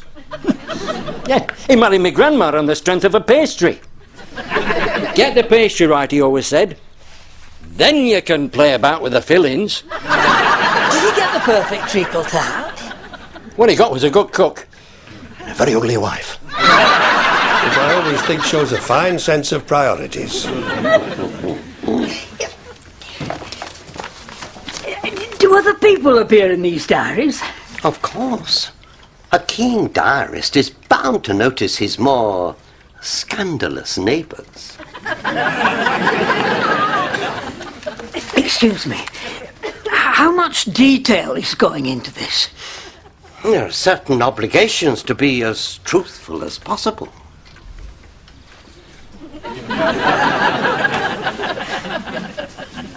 How much are you going to be mentioning about your neighbours? He'll have to mention everything if he's going to be truthful. How much everything? Oh, everything, everything. Especially the juicy bits. That's going to be famous, Howard. Why me? What business has he got talking about me?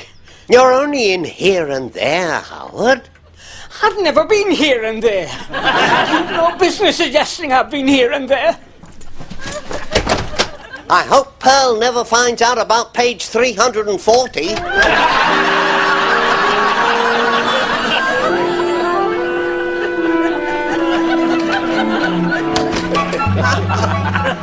He'll swear blind he was never near page 340.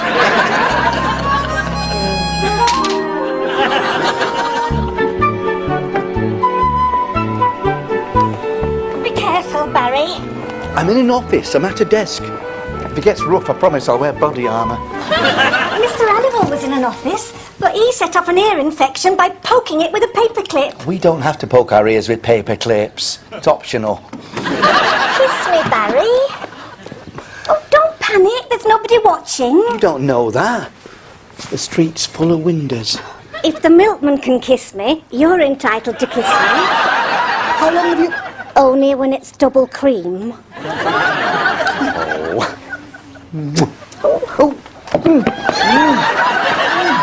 lad, Barry. Show a bit of affection. There's too little in this dodgy world. Wow. Mr. Teasdale, where did you pop up from? Could be from anywhere, lad. Popping up is what I do for a living. When you're a repo man, you learn popping up, or you may as well retire. Going into town, are you? You can give me a lift, lad. My car's in dock. Not to worry. I'll soon repossess another one. Good day, Jigglender. And to you, Mr. Teasdale. Don't worry. I'll keep him away from paper clips.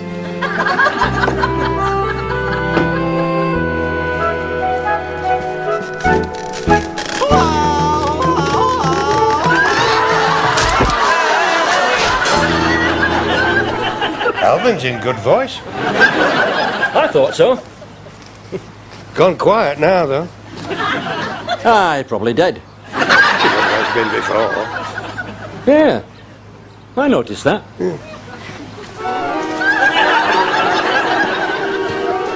Are you the boss for Huddersfield? How many can you see? Is this a trick question? Why does they keep doing this, Alvin? Why? A bloke has to keep young, active. You have to stay... Balmy? Close. If you want a medical opinion, this man is recovering nicely and is now ready for a drink. You should listen to Billy. He knows what he's talking about. That's a first.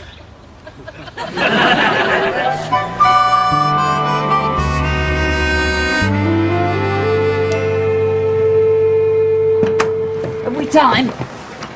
Wise man makes time. Smiler needs cheering up. It could take a while. He's not easy. Work is easy when done for friends. Oh, I like that. It's what friends are for.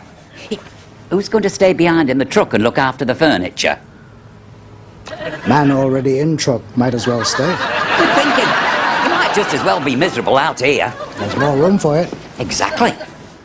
Hey, what about me? We're doing this for you. Cheering you up. You'll soon feel better. Hermione. Hark here, Barry. I think it's time I was at the office, Mr. Teasdale. I shall be late for poking me ear with paper clips. This won't take long, lad. Teasdale is known throughout the profession for the speed of his repossessions. Ah, there she is, waiting for us. A certain little silver VW. Oh, I bet this job's really quite exciting. Exciting? Well, we have to keep ourselves sharp. We could train the SAS, Barry. What are these for? Opening car doors and starting certain little silver VWs. I can see that. What I can't see is why you're passing them to me. Because you just passed the test, lad. Keen eye, alert, responsible. I'll be watching you. I'll mess it up. I'm no good under tension. Rubbish, as steady as a rock. Just have a stroll over there. A quick look round, then in you go, foot down and away. I'm no good in strange cars. I never get past wipers. If he wants his windscreen cleaning, I'm your man. Just put the key in the ignition. Ah, well, there you go. Have you seen me with keys? I could fumble for England. But he knows me. He'll be on his guard if he sees me. And you want to know the secret? Don't loiter. Speed is of the essence. Now we'll give you that drink. Drink? What's he doing sat out here, Smiler? I'm being cheered up. What's he doing, Mr. Big? Hermione. He calls you Hermione. Never has before. Maybe it's the light. Maybe he's never seen you in this light before. Give over? I'm not that badly lit I look like an Hermione. Life, you see, you must never give up hope. Even at Billy's age, you can suddenly start being called Hermione. Ask him if he knows a Phyllis. I feel comfier being a Phyllis. I should think so. Look at the practice you've had. He's nothing like Hermione. We can't tell you how glad we are to hear that. So who's Hermione? She left me. How did you manage that? My missus never leaves me. He has certain advantages if you're looking for somebody to leave. Maybe I'm irresistible. Let's have a drink first and then you can be irresistible. You coming, Smiler? I've got to stay here and watch the furniture. Ah. Well, there must be something we can do about that. Ah, a lampstand.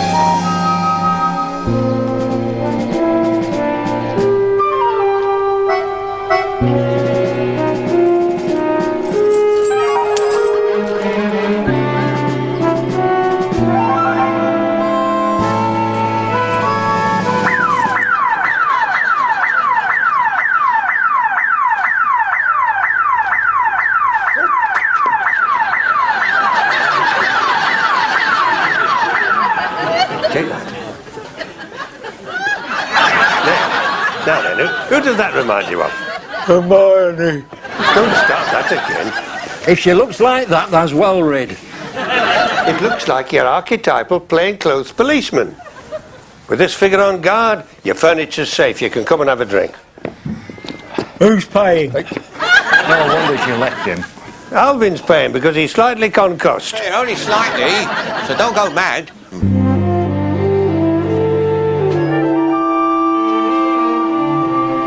I'm looking for romance. I know the feeling. I was wondering where you kept it. I've never been able to keep it.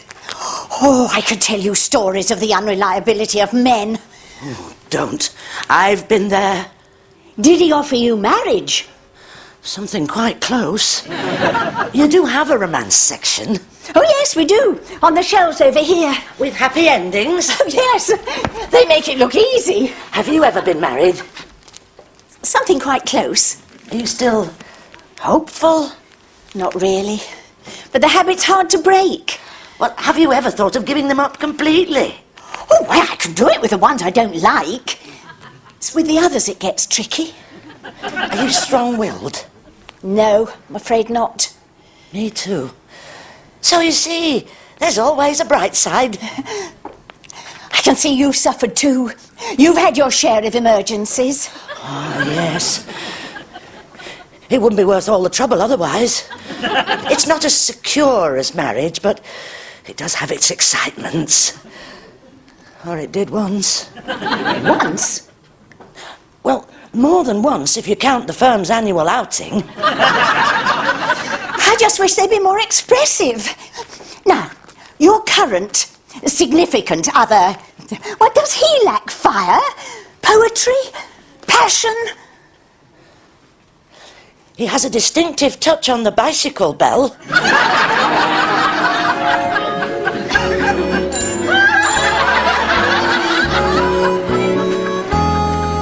Are they all inside? All right, be like that. Alcohol therapy not working. It's a waste pouring any more down him. It's going straight to his own funny bone. Hermione. What was she like, this Hermione? Oh, she was horrible. She could frighten for England. Made for each other. She beat him at darts, dominoes and arm wrestling. Probably trained by Nora Batty. Good, strong women round here. Give big sense of security. Oh, they're great with enemies. It's when you're related by marriage it gets tricky. Talking of marriage, did your granddad ever find the perfect treacle tart? He was hot on the trail. He was conducting a few experiments with a Mrs. Lazenby. Oh. But then my granny found out. My ancestors invented treacle tart. I thought it was explosives. Exactly. Explosive treacle tart. Change the face of warfare. That's a misery on your truck. And there's another one. What's up with him? An affair of the heart. 1 minute they were arm wrestling, next minute, gone. I never even got a return match. Oh, they can be very painful affairs of the heart. You should try swinging through trees. Why would anyone want to swing through trees? Well, didn't do Tarzan any harm. Wasn't he taller and a bit broader in the chest? I've only just started. Who is that stranger on your truck? I didn't ask. Mother always said never talk to strangers, especially whole fair week. We think he's watching. Watching? Somebody who's up to something. We think he's a human bloodhound on the trail of some shifty character. You can always tell a good private investigator. Hat pulled well down, scarf hiding his face. They can watch for hours without moving a muscle. Oh, who would he be watching? That's just what we've been asking ourselves. Who do we know of suspicious nature? Who is there round here who's up to something he shouldn't be? Like being with somebody he shouldn't be. Who do we know that keeps sneaking off? Who goes about with his cap pulled down for unlawful purposes. Mother always said never talk to people with cap pulled down for unlawful purposes. Especially during whole fair week. Who do we know, we asked, whose loving wife, whose loving, neglected wife, may finally have been forced to employ someone to investigate the activities of a husband who keeps disappearing? Well, I'm sure I don't know why everybody's looking at me. Not to worry, Howard. We'll take you back round the back and you can sneak out that way. I wouldn't say sneak. It's just that I've got this appointment to get to with my financial advisor. Leave it to Truly. How long has Norman Clegg been keeping a diary? Oh, forever. He likes remembering. Whereas mine, for instance, wishes everybody'd forget. There'd be a few having to pack in a hurry if I started writing mine. How far back do his diaries go? Why? What have you got to hide? I've got nothing to hide. Not lately, but some people had a very interesting Second World War. Oh, that sounds interesting. I wonder if Mr. Clegg wants somebody to do his typing. I was too busy in the war. I was making ammunition. And you've been firing it ever since. You weren't too busy for that American airman. Oh, what's this then? He used to come to my mother's for Sunday dinner. He'd become addicted to Yorkshire gravy. Oh, that's one I never thought of. You went to that dance with him? We were all at that dance. How come I was with him any more than you were? Oh, Mrs. Batty, you were nearly a GI bride. I wasn't nearly anything. I never even came close to nearly. I came close. More than once. They were dangerous times. Have a cake. Nora, you first.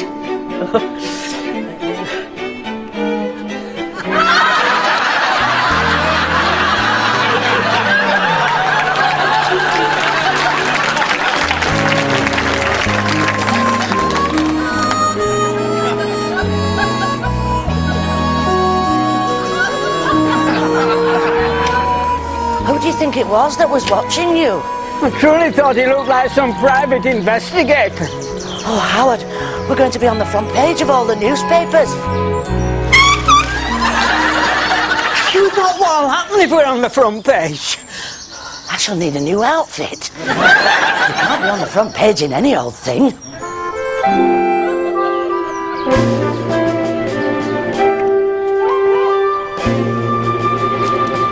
Mr. Teasdale, the window's open and the keys are in the ignition. You see how easy it is? Now, a repo man has to relax, Barry. You can't afford to look suspicious. When we meet, we'll shake hands perfectly naturally, and I'll get into the car and drive away.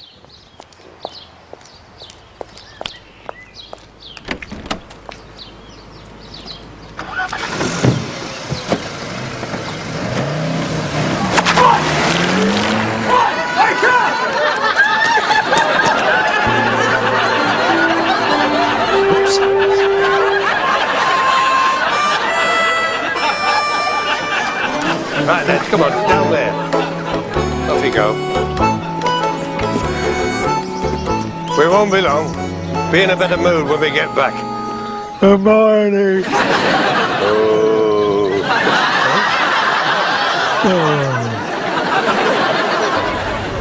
What were he like? Your mate who were transferred to Huddersfield. Friendly. I just wish the public were more friendly. People these days are less friendly towards the police. Maybe arresting them kind of puts a chill on the relationship. Arresting them's not personal. There's no need for people to sulk. He knows how to sulk.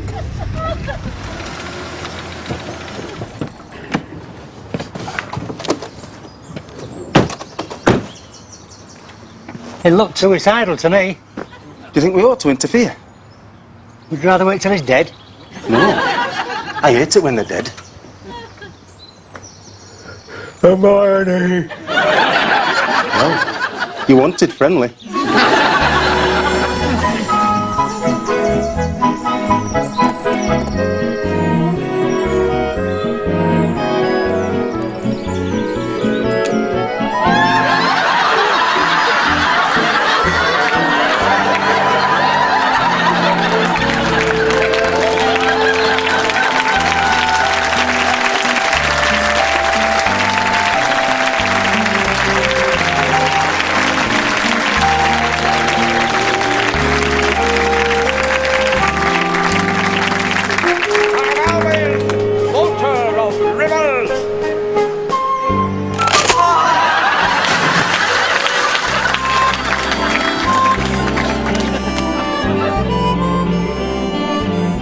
Married Whitehorns, lass. Tall kid from Denby Street. Venables. Took to drink. I thought that was you. Didn't we go to his funeral? He's still alive.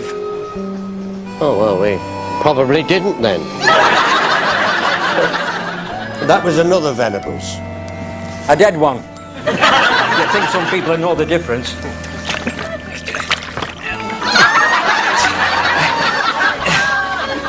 I'm Alvin, swimmer of rivers.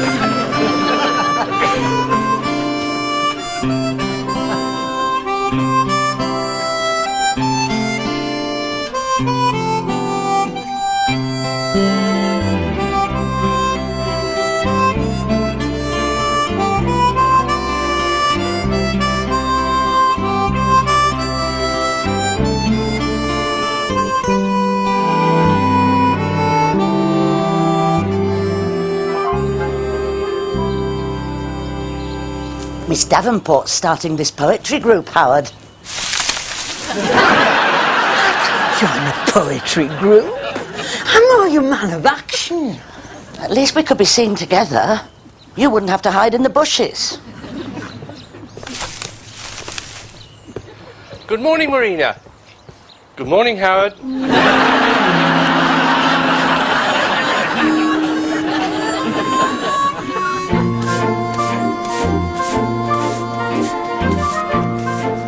God, I'm passing through a sandstorm here. Listen, old queen of the desert, do you think you could stop sweeping while I get to my home? Oh, well, get a move on. Don't be all day.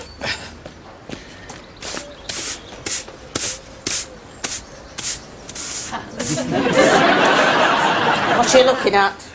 Your stockings are coming down. They're not coming down. Anyway, it's none of your business if they were coming down. But they're not coming down. Then your legs must be running up.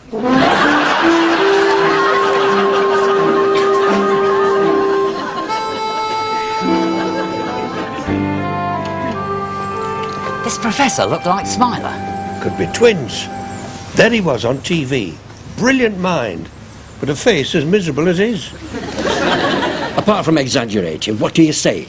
I'm saying that behind Smiler's miserable mug, there could be a giant brain. I'll go as far as could be a brain. That's looking on the bright side. Are you saying Smiler could be an intellectual? Ask him. What about it, Smiler? Could I still use my bus pass?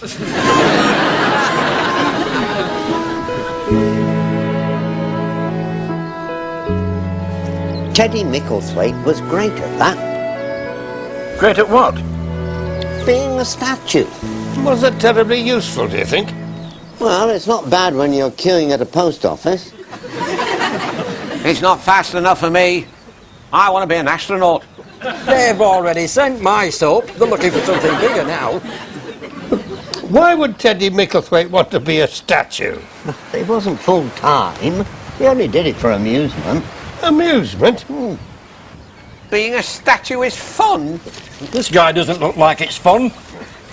Or maybe Teddy Micklethwaite liked having a pigeon on his head. No, the fun was in the reactions of people when they see you. He used to challenge anybody to tell if he was alive. He sounds like the lawyer who handled my divorce. I like a challenge. Well, it's next door to Nora Batty.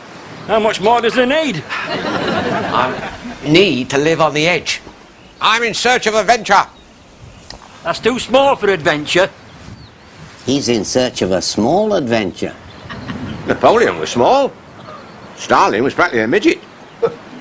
On behalf of tall people everywhere, would somebody please tread on Alvin? And get him all over your shoe? I don't think so. I was on the borderline of minimum height for a lino salesman. But I had a well-connected relative who pulled certain strings.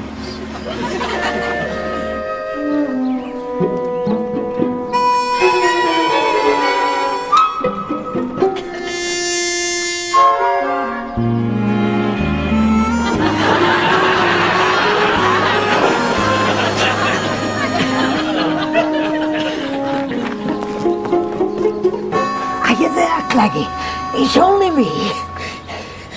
Get a shifty on before the dragon wakes.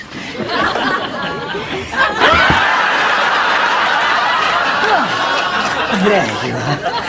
I was worried about you. It gets worse. I've got a message for you from the dragon. Is Claggy in? No, he's not. I said I'd clean up for him for a bit while he's out. Oh, I think that's nice. That's really neighbourly. Don't overdo it, you're still in trouble. No, I mean it. It shows that you're essentially a decent person, helping a lonely widower. I'm glad you feel like that. You can come in, roll your sleeves up, and help me help a lonely widower. I was hoping to go bird watching. You can watch a feather duster. It's not the same, is it? Oh, don't worry. I'll go tweet, tweet, tweet.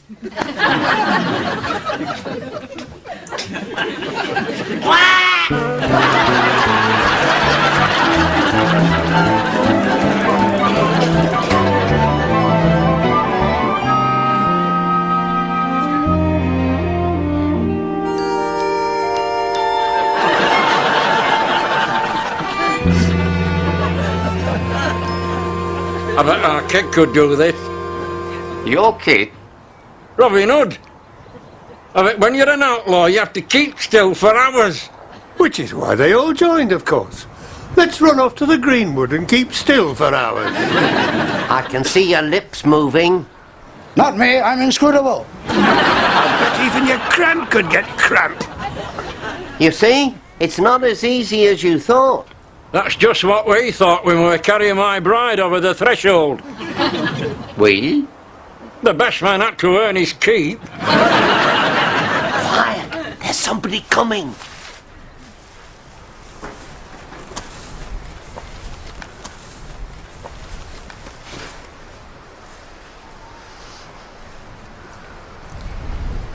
I say, excuse me. Don't be alarmed, madam, at these strange figures.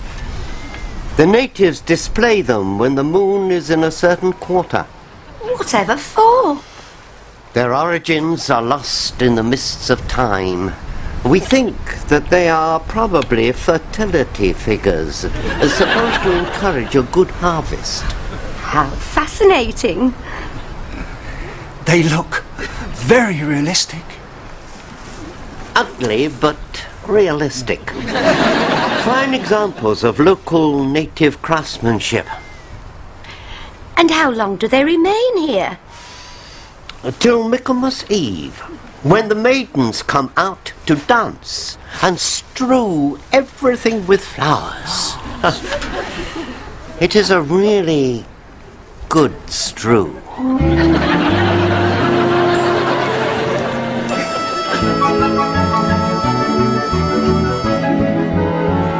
I expect that's how the space project began. Some deep thinker staring through a window. I'm going to have to get bigger underpants. You don't have to apologise for putting on a bit of weight, Barry. Where does it all go to, Glenda? It all goes into bigger underpants. I mean the time. When you're young, you think you're always going to be happy with your fancy underpants. Even if they are killing you. They were never that fancy, Barry. Those red ones were. Those were mine. I mean the ones with the Ferrari logo. I thought it was a pram. Why would anybody wear a pram on their racy underpants? As a reminder of the dangers of racy underpants.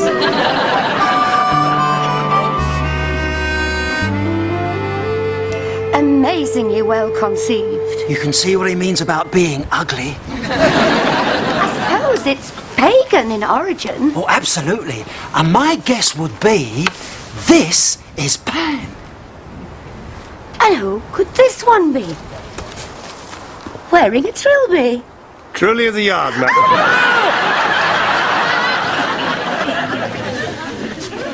I'm thinking of presenting him as more the serious intellectual type. Truly saw this brain box on TV who looked just like Smiler.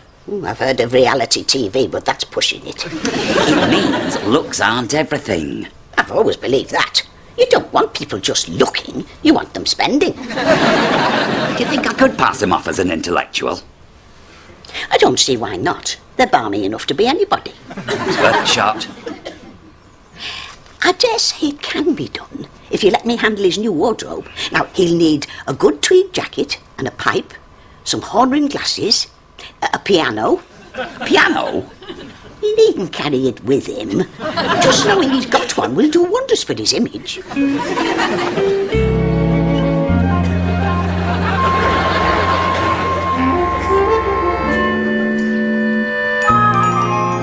Looked straight at me. I bet he's the god Pan, he said. He meant frying pan. Face like a frying pan. Have a care, skinny mortal, or I might just unfertilise you. That's too late. The missus took care of that. Yours too? They must know the same spells. They do. It's true. I've only to turn me back and he disappears. But a man gets drawn towards the wide open spaces. And that's just her mouth. No idea what she means. It's no good pleading innocence when you're turning that colour, Howard. I used to arrest people on sight if they turned that colour. You may mistrust me if you wish, but I shall get my binoculars and go bird watching. I'll come with you. I mean, not that you're not very welcome. It's just that you don't usually go on account of all the rough ground and the hardships. Thorns, nettles, snakes. Don't forget the alligators. Killer squid. Blood-sucking insects. An ice cream salesman. The midges are terrible. But of course, if you'd like to come, I'd be delighted. He wants to become an intellectual? Is he prepared for the hours of study? Oh, he's ready. Go on, tell the lady you're ready. It's his idea. But it's for his benefit. He's done dumb and it's got him nowhere. What do intellectuals do? They don't do anything. They just talk. Oh, and he'll need a bit of Latin. Not the lot, just a few quotes. Latin? I'll get it wrong. Who's going to notice? All the Romans are dead. What kind of things does he read? Oh, everything. Anything that's on the table. Cornflake cartons, sauce bottle labels. He can even pronounce linguine. Go on, show the lady. Pronounce linguine. Linguine. You see? Italian even. No problem. A second language. It's always a help. I suppose I could point him towards a few books. Nothing too heavy for starters. He's a fast learner, great memory. He knows the name of every person who lived on Mason Street when he were a lad. Go on, tell her. No, there was a Mrs. Lacey at number 26. Next door to her were the Hendersons. He was Frank and she was Phyllis. And they had this daughter Mavis who had a bad leg. You see? Even the bad leg. Right, where does he start? Well, the first thing is to get him out of Mason Street. What are his interests? Well, go on, tell the lady. What are your interests? Can we have a word? Excuse us, always wanting a chat. You know what they're like, these intellectuals. You never told me it was going to be so hard. What? Becoming brainy. What's hard about it? You haven't even started yet. So how come I'm getting all these tricky questions? Just tell the lady what subjects you're interested in. See what I mean? Tricky.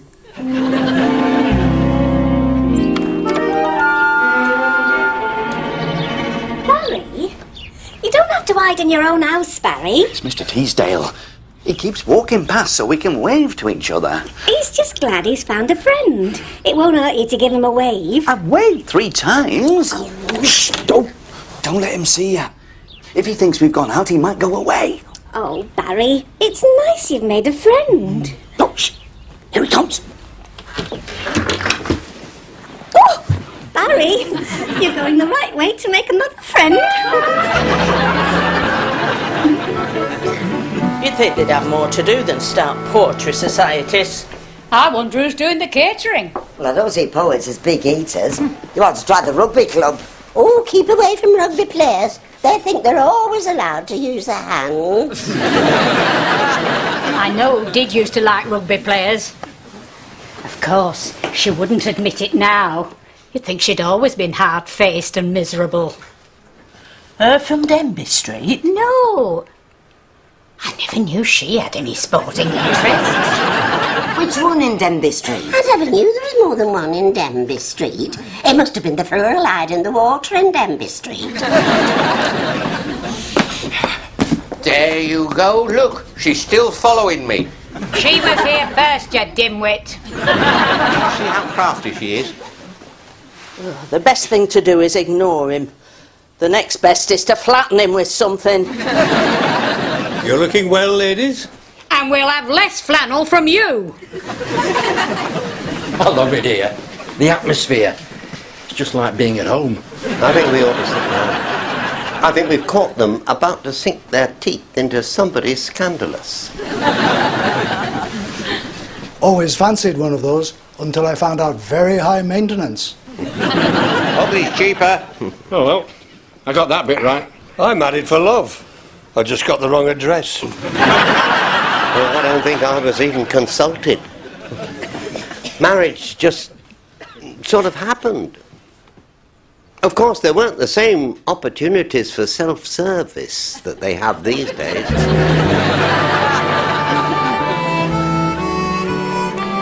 how many rugby fans were there in Denby Street?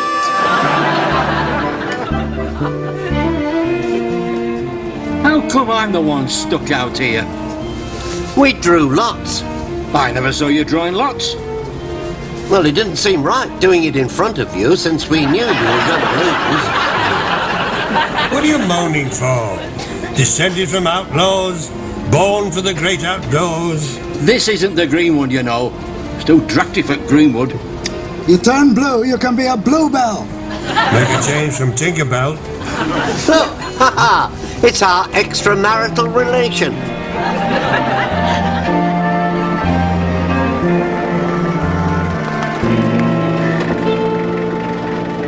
If that's romance, I think its wheels come off.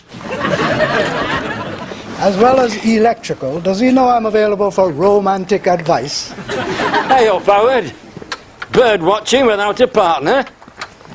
And we all thought you were lying. I was lying. No, I don't mean lying. Well, you know what I mean. Lying. Well, it's just that I was expecting a pupil, someone who wanted to benefit from my expertise. But learn not to mention these things because people misunderstand. Yes. People have this terrible habit of suspecting the truth. You look like a man who needs a drink. Aye, well, shove your bike on board. Go on.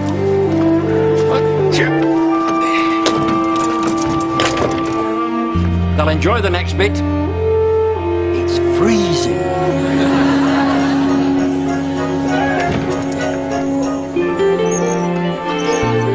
Why do you want to be more dizzy than usual? You're dizzy enough for normal purposes. I don't want to be dizzy. The idea is to put yourself through this and not be dizzy. I'm training to be an astronaut. How are you going to be an astronaut? I'm going to lie about my age. That's it. I'm not going to stand here spinning you all day. You weren't trying. Oh, and how are you going to walk that river wall? I'm going to master this and that river wall. Oh, well, as long as it's for a good cause.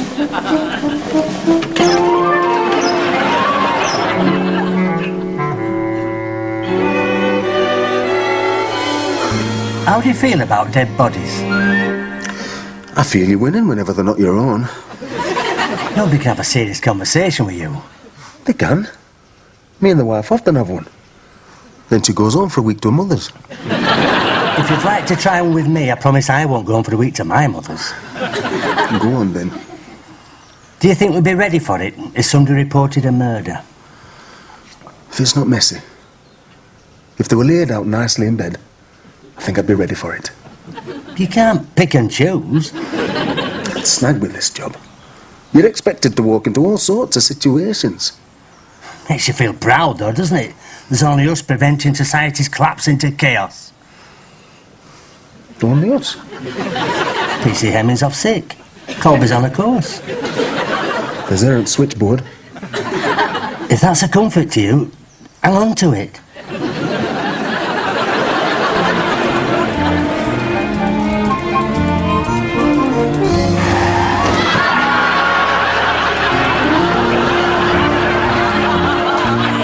To investigate. What are you going to charge him with? Being upside down? Suppose those were bodies in back. Suppose they were dead. Still no offence to be upside down. It's good to have someone with your experience. Stop me rushing in. Making a fool of myself. What's she packed you for lunch? Nothing. She's gone to her mother's. What's yours packed for you? Nothing. She's gone to her mother's too. Didn't you do yourself anything? There were only cat food in the fridge. Get a dog. We can't live off cat food.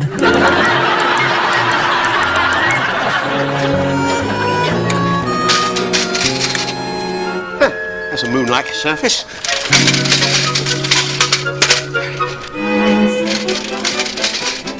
What was that? It's that fool next door.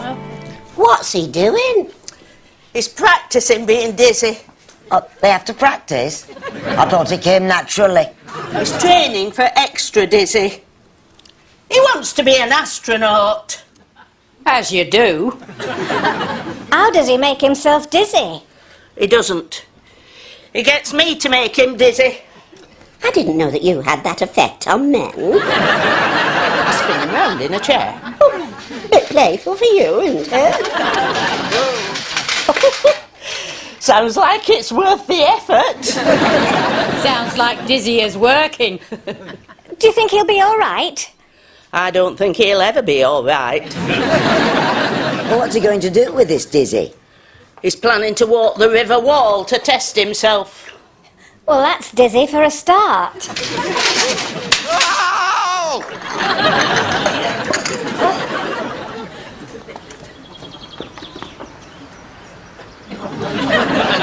Are you all right?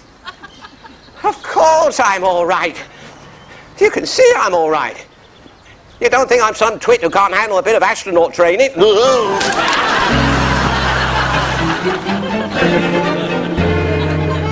I'd like to know why she's at this poetry group. Why this sudden interest in poetry?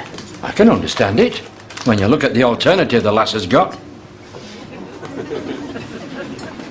What alternative? Thee! That's enough to drive anybody to a poetry group. Pay no attention, Howard. Billy ought to be more sympathetic towards poetry. After all, Robin Hood used to write poetry.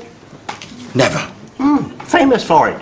Not to mention his reputation for interior design and soft furnishings. You'd better wash your mouth out, you.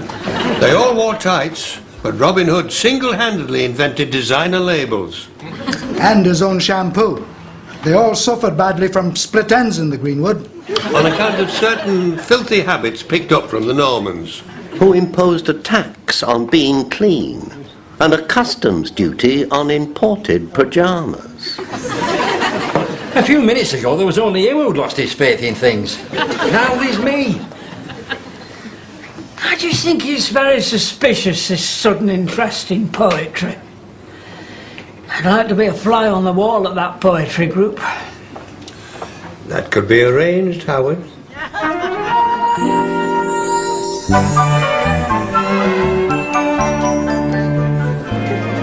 Are you ready? Yes, I'm ready.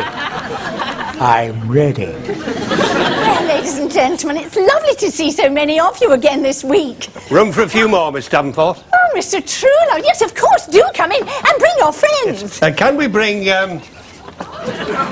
it's for this orphan child's birthday. Oh, sweet. We daren't leave it outside. No, of course not. We'll just stand him there, OK?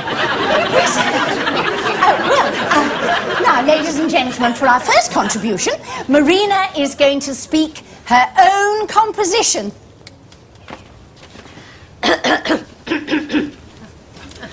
What is love? I am assuming that the question is purely rhetorical. Come again? In my opinion, any answer would be at best ambiguous, if not misleading. He always says that. I love the way he expresses himself. Perhaps you would care to share with us your own thoughts on the subject. I think Marina was well advised to begin with her question. You're welcome. If we wish to discuss love... We do. We do. Then we need to be certain of our definition and not to become trapped in a morass of misperception. Right. No morass. I'd love to discuss this further, in private. So would I.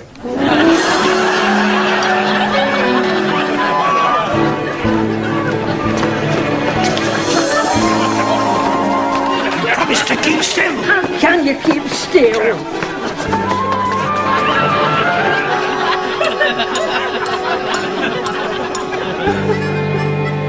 Is there a part for the physical in a relationship that's mainly intellectual? I think below the mind, the flesh always asserts itself. It does. It asserts itself. Yeah. I think we have to accept that the two are inseparable. I accept.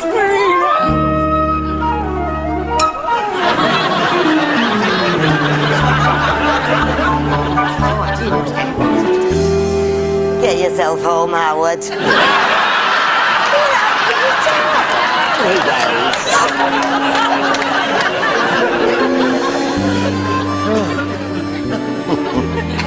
Where did 50 years go?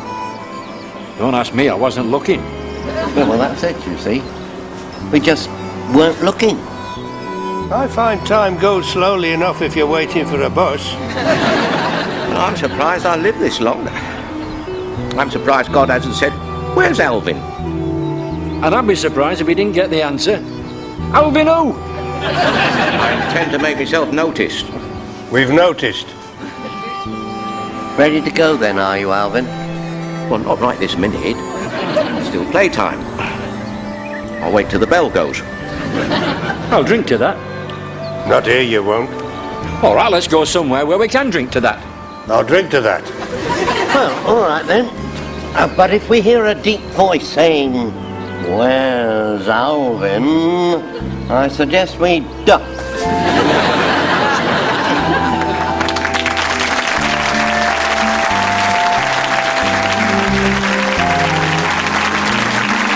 There was a Mrs. Lacey at number 26. Next door to her were the Hendersons.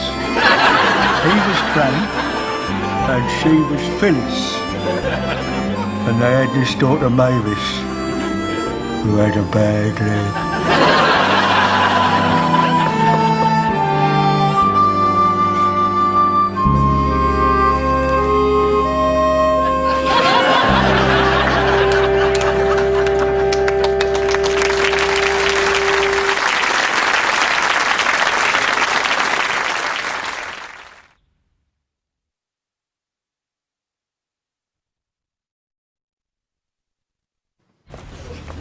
Get off, you don't you. You, yeah? Oh, and you and me, I'll get you. Why, yeah, you. Go off, get you.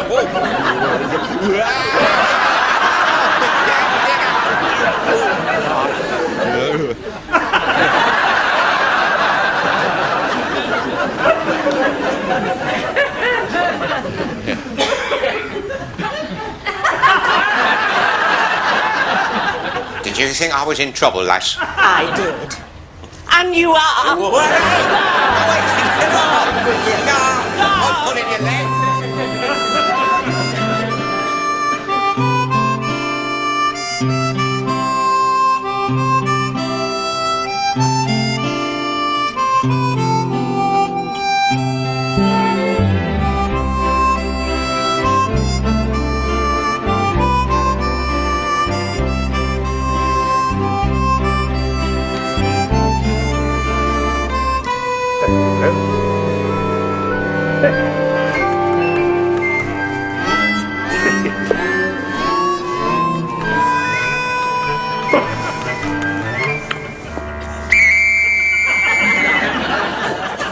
Hey! I can see you're in a hurry to get them before they go. Well, if you had any really old police mementos, I might be interested. Badges, truncheons, handcuffs. Wait here.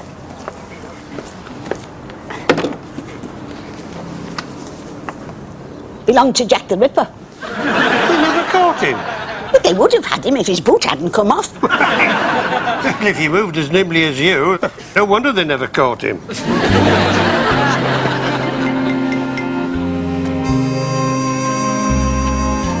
I'm not sure this was a good idea.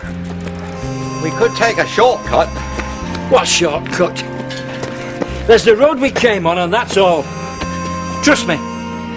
This is my backyard and us. Outlaw country. You could get lost in a phone booth. Not you. For shortcuts, we should listen to Alvin. If anybody knows short, it's Alvin. Just shut up a minute. I'm trying to save your legs. And you've got more to save than most. Instead of riding all that way back by road, why don't we go off-road? Straight down there. Yes, well, thank you for the offer, Alvin. I mean, what's insanity for unless you can share it with your friends? It's downhill all the way. No pedaling necessary. It's not a bad idea. What would you call a bad idea? Having to live with a wife and a sister. I'm outnumbered, outvoted, outgunned. It's like the Sheriff of Nottingham was twins. It was. History sometimes gets things wrong. Who now remembers that Dracula was a Yorkshireman? Dracula, a Yorkshireman? His full name was Draculathwaite. Enoch Josiah Draculathwaite. I bet he was related to Auntie Wainwright. She goes for your wallet, not your throat. During the day, but who knows what she gets up to at night. Ah, wear a bit of garlic, you'll be all right. Well, what are we waiting for? Are we going to commit suicide, or aren't we? You know me. I laugh at danger. And this looks hilarious.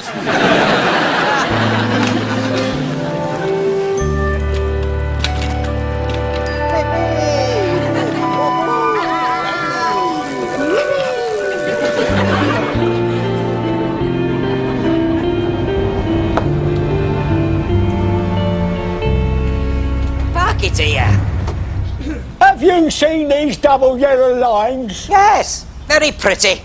You have to applaud these attempts at brightening things up. Leave it here, we shan't be a minute. Oh, I wish this car wasn't so big. She's not big. It's just that all the other cars are small. I'm going to have to let her go. You can't let her go. You've only just got together. She is going to be your love boat. She is the magnet for the ladies. What ladies? Well, what about Mrs. Micklethwaite? I gave her a lift to the chip shop. Well, it's a start. Who knows where it could lead? It led to the laundrette and the off licence. Look at that. You've just pulled another.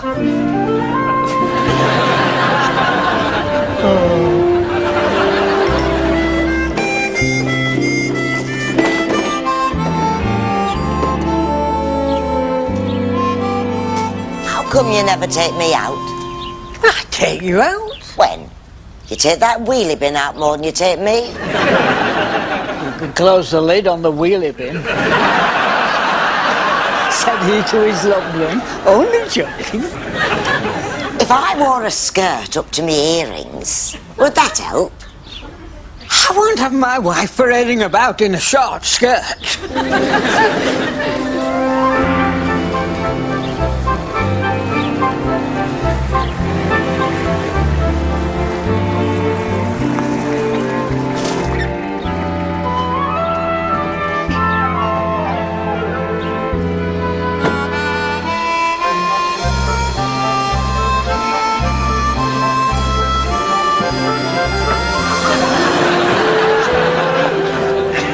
So, how did this Dracula thwaite get this reputation for drawing blood, then? I told you. He was related to Auntie Wainwright. He ran a bicycle repair shop. E.J. Dracula thwaite. Inner tubes, invisibly mended. He was agent for Stokes Bespoke Spokes. Never catch on. Needs to be snappier. He went for everybody's throats. How much snappier do you want? Right. Steady as he goes. What were you doing, Norman? I estimate about 90 miles an hour. He was one of the earliest virtuosos of the bicycle pump. He could make it suck as well as blow. He was in great demand for drawing people's boils.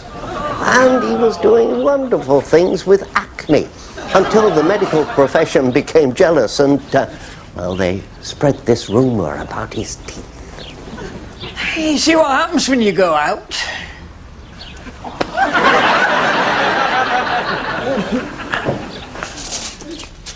Do you take your wife out? Would this be daylight or after dark? Well, what difference does it make? With some wives, big difference. If she's that bad, why did you marry her? For money? She's got money. No, but I need some excuse.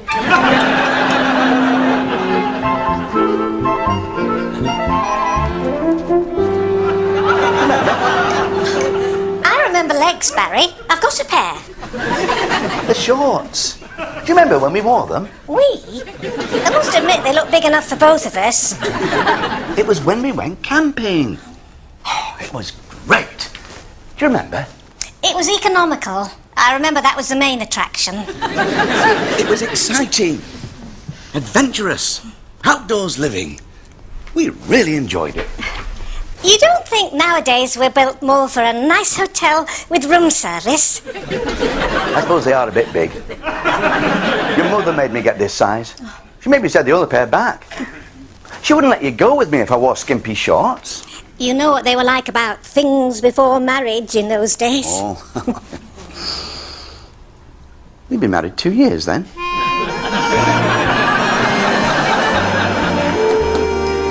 thinks he can't afford it. I'll keep hearing it guzzling petrol. I wouldn't mind, but it smacks its lips. Listen, consider the advantages. Has he thought of converting it into a football stadium? Set him. It's a crossroads in his life. 4 choices? Ooh, he'll never make it. He's only got one choice, really. Does he want to go from being Mr. Mean Machine with the smooth white limousine to being just somebody who pushes your handcart? I do. I really do. Wrong answer. You're giving up your chance at the fast lane. Is he available for weddings? I'm not sure he was available for his own. I enjoyed my wedding. I met some nice people. I was sorry when we had to leave. Picture this. I can just see a young bride looking radiant and proud, riding in the back of this luxurious wedding thing. I can just see another traffic warden with a foot on the wheel. Listen to Auntie Wainwright. She's about to make you an offer. Not a good one, but...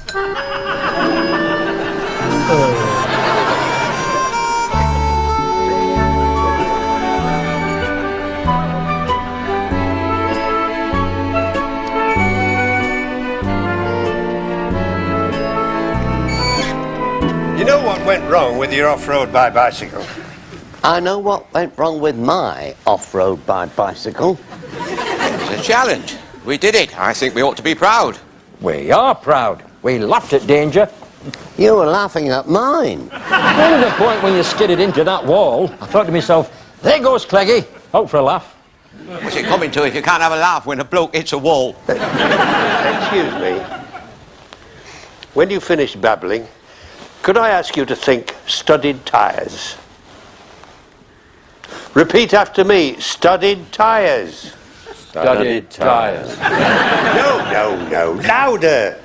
Let's have some enthusiasm, more spirit. Studded tyres. That's it. That's my team. Follow me anywhere. Now, what do off-road vehicles have? Bad drivers. I thought that was BMWs. They have off-road wheels, tyres with grip. Gives you more control. That's where you went wrong.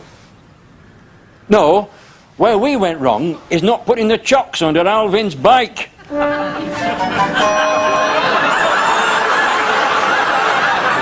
didn't put the chock under the wheel? He could have said goodbye.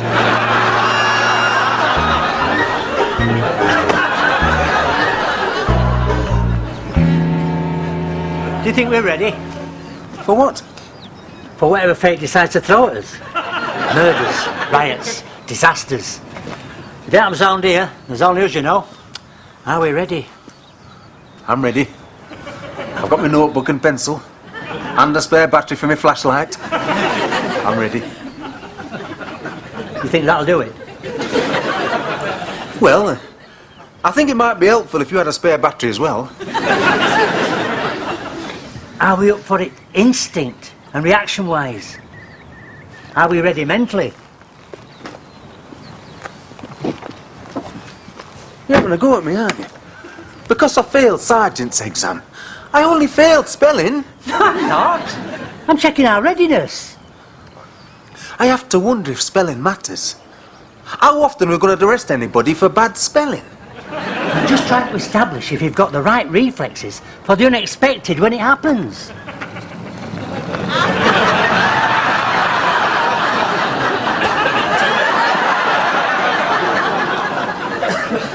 Do you think the unexpected's going to happen? Nothing happens around here. That's true. But when it does, we're going to be ready.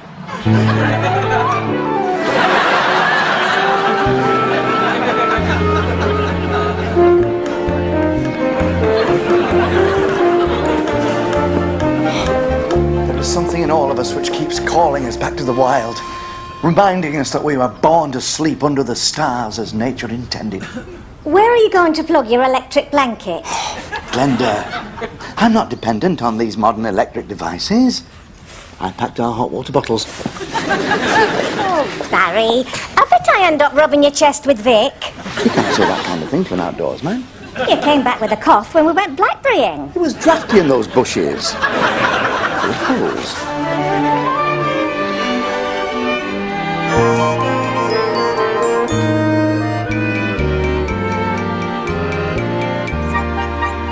Available for weddings. I know the feeling. You too? Oh, yes. I used to have this little dream. So did I. Although mine was taller. He was a driving examiner. A little cottage with roses round the door. How close have you been to marriage? Oh, quite close. Practically indistinguishable on occasions. They lie, you know. They pretend to be interested in literature, in the arts, but it's not their first priority. Yes, I noticed that. They fail us in the end. I noticed that too. Even he finally failed me. Insufficient use of the rear view mirror. Oh, that's one I missed. We single girls should be on our guard against foreign imports such as this. Oh, how ugly. How foreign. In its own country, it's called the wedding plant. They say that the perfume, when in bloom, can drive the males into proposing recklessly. As far as recklessly? I'm afraid I can't believe in superstitious nonsense of that kind, although it is a pretty colour. Love the colour.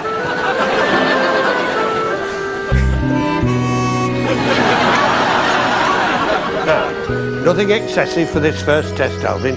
Just get the feel of the beast. Not me. I'm going flat out. It's the Alvin Smedley way. Alvin Smedley Way. Sounds like road through an industrial estate. Just a short road. Ignore him, Alvin. He's jealous of how neatly you fit into crowded public bars. Give me some room. I need the area clear of spectators. There's no telling what might happen if I lose her at speed. Wait.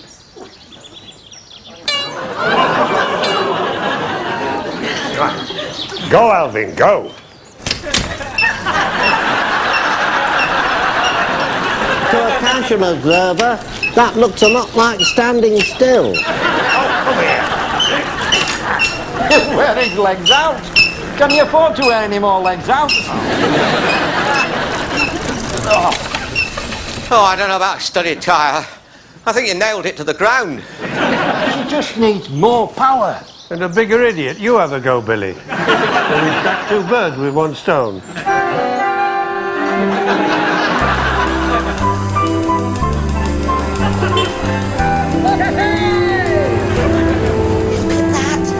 A wave already, and we haven't had these 5 minutes.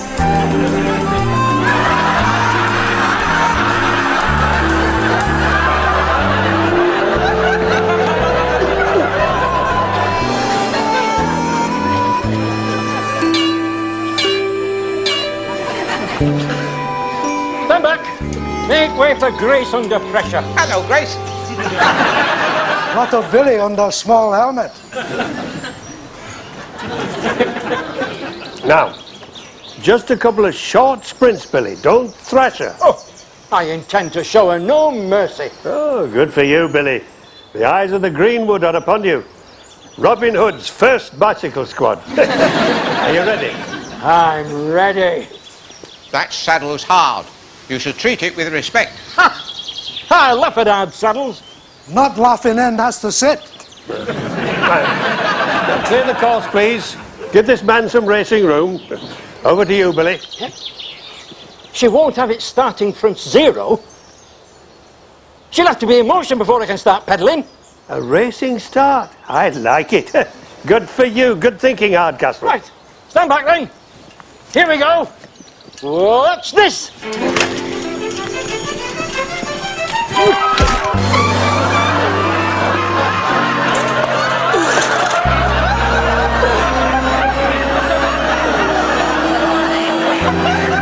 Now you know where to wear helmet. Enjoy yourselves, ladies. I want you to take your time. There's no hurry, because after this, Barry's taking me camping. Camping? Do you mean in a tent? Not only in a tent, but in extreme discomfort. In the best traditions of those things a husband organises. Oh, how lucky can you get? Surprisingly sometimes, if you try. Why's your Barry going through this funny period? Which I hope for your sake doesn't last as long as the one mine's going through. About every 6 months, he gets this nagging worry that he's fallen below the standards of his cavemen ancestors. Well, judging by his fear of Mrs. Halliwell's hamster, I should think that's a reasonable assumption. To be fair, it does have a nasty temperament, and it doesn't like men. Seemed to like his finger. Gets nasty with men. Do you think Mrs. Halliwell would loan out her hamster? You won't catch me in a tent these days. Who's going to be chasing you in a tent these days? I was never chased in a tent at any time. I'm sure that's a relief to us all. We once did the camping thing. You should see Howard in a sleeping bag. Little face peeking out. You'd think Mummy was a kangaroo. Actually, I think going potty occasionally is one of the nicer male qualities, don't you? It might be acceptable on a part-time basis, But we had to live full-time with ours. Oh, I couldn't live with them full time, no. They sink into such slovenly habits. The only thing that they'll smarten themselves up for is misbehaving. Harold can do it in a cloth cap and bicycle clips. I like my Barry in a suit, and now he started yearning for shorts. I never saw mine in shorts. Well, they'd have come down to his ankles anyway. He was small.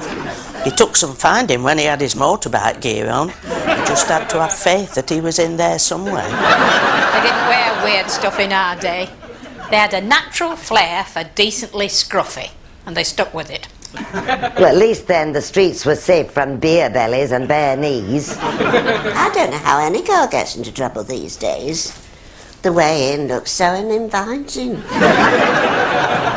Going off in a tent wouldn't do for me. Oh, we know that. You'd never know which hat to wear. You went camping when you were first married. Well, you had to in those days. Spending more than you can afford hadn't been invented. It was a very heavy canvas tent that nobody could see through, especially Wally. I just changed my clothes behind a blanket. You could have hidden your Wally behind a tea towel.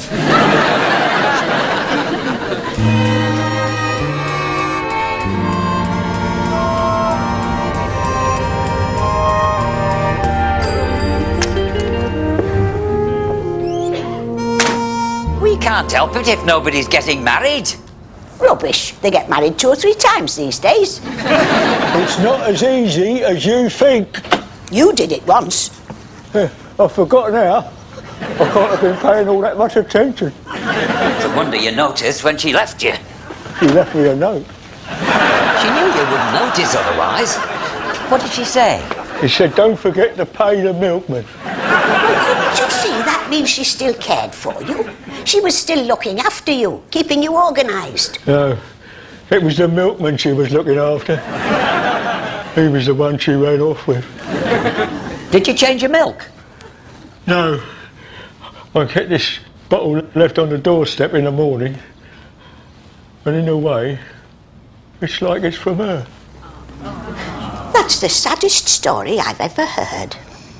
It makes me feel rotten for refusing your last request for a raise. Does that mean we get one? No, it just makes me feel rotten. You know what that vehicle needs? Probably more petrol. I told you, what that vehicle needs is a bride in the back. That's the best way to advertise.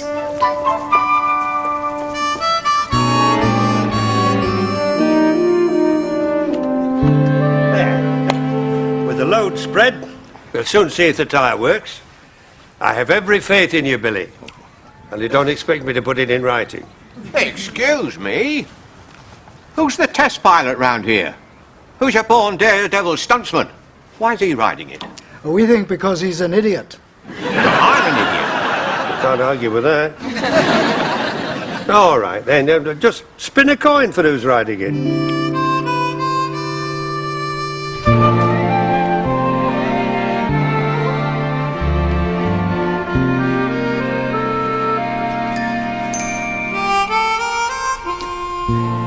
I hope you don't think I'm going to live with that.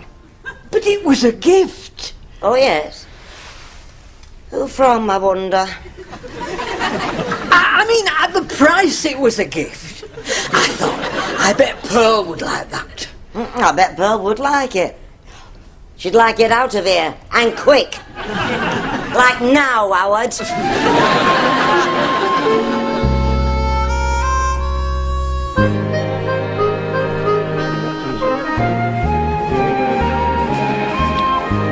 Has he decided the best way down?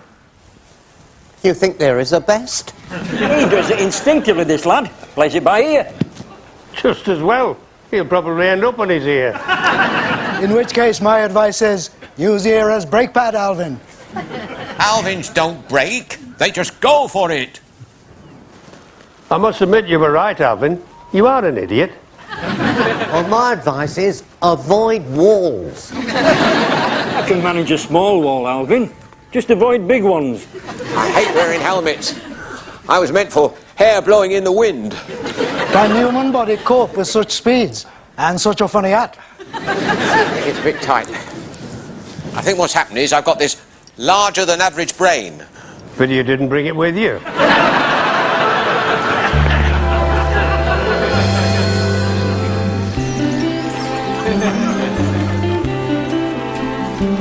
I'm so glad you've really taken to that plant.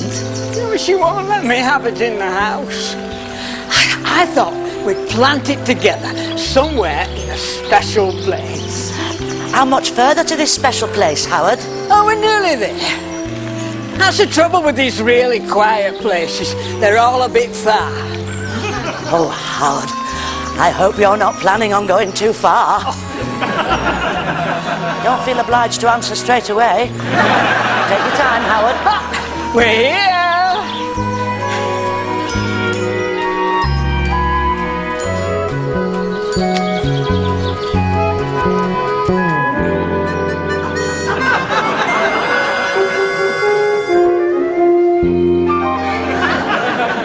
Right, here we are camping. What's the next treat, Barry? We could light a fire. Hadn't we better save something for later? We could sing campfire songs. Ging, gang, gooly, gooly, gooly, gooly. Oh, I tell you what, we could toast some crumpets. Brought the crumpets, have you, Barry? If I brought some crumpets. There's just no end to all the excitements.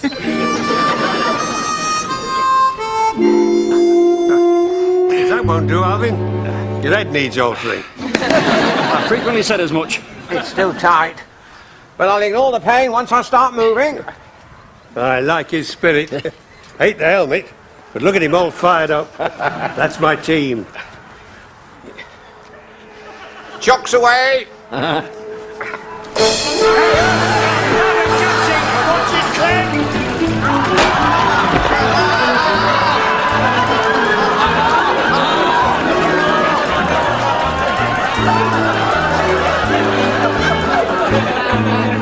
don't know, I like the idea of a bloke with one leg going faster than me.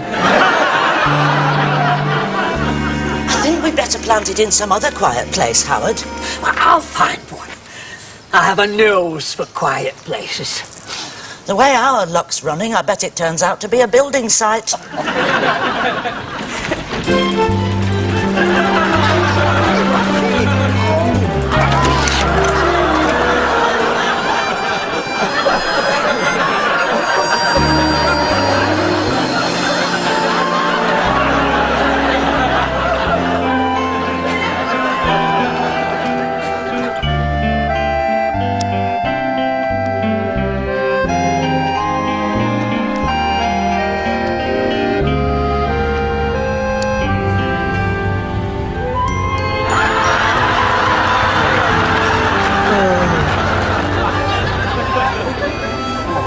That bride. Built for work rather than pleasure. Yeah, not the sports model, that's for sure. Maybe she has a nice nature. What a place to keep it. Mrs. Empress are looking better already.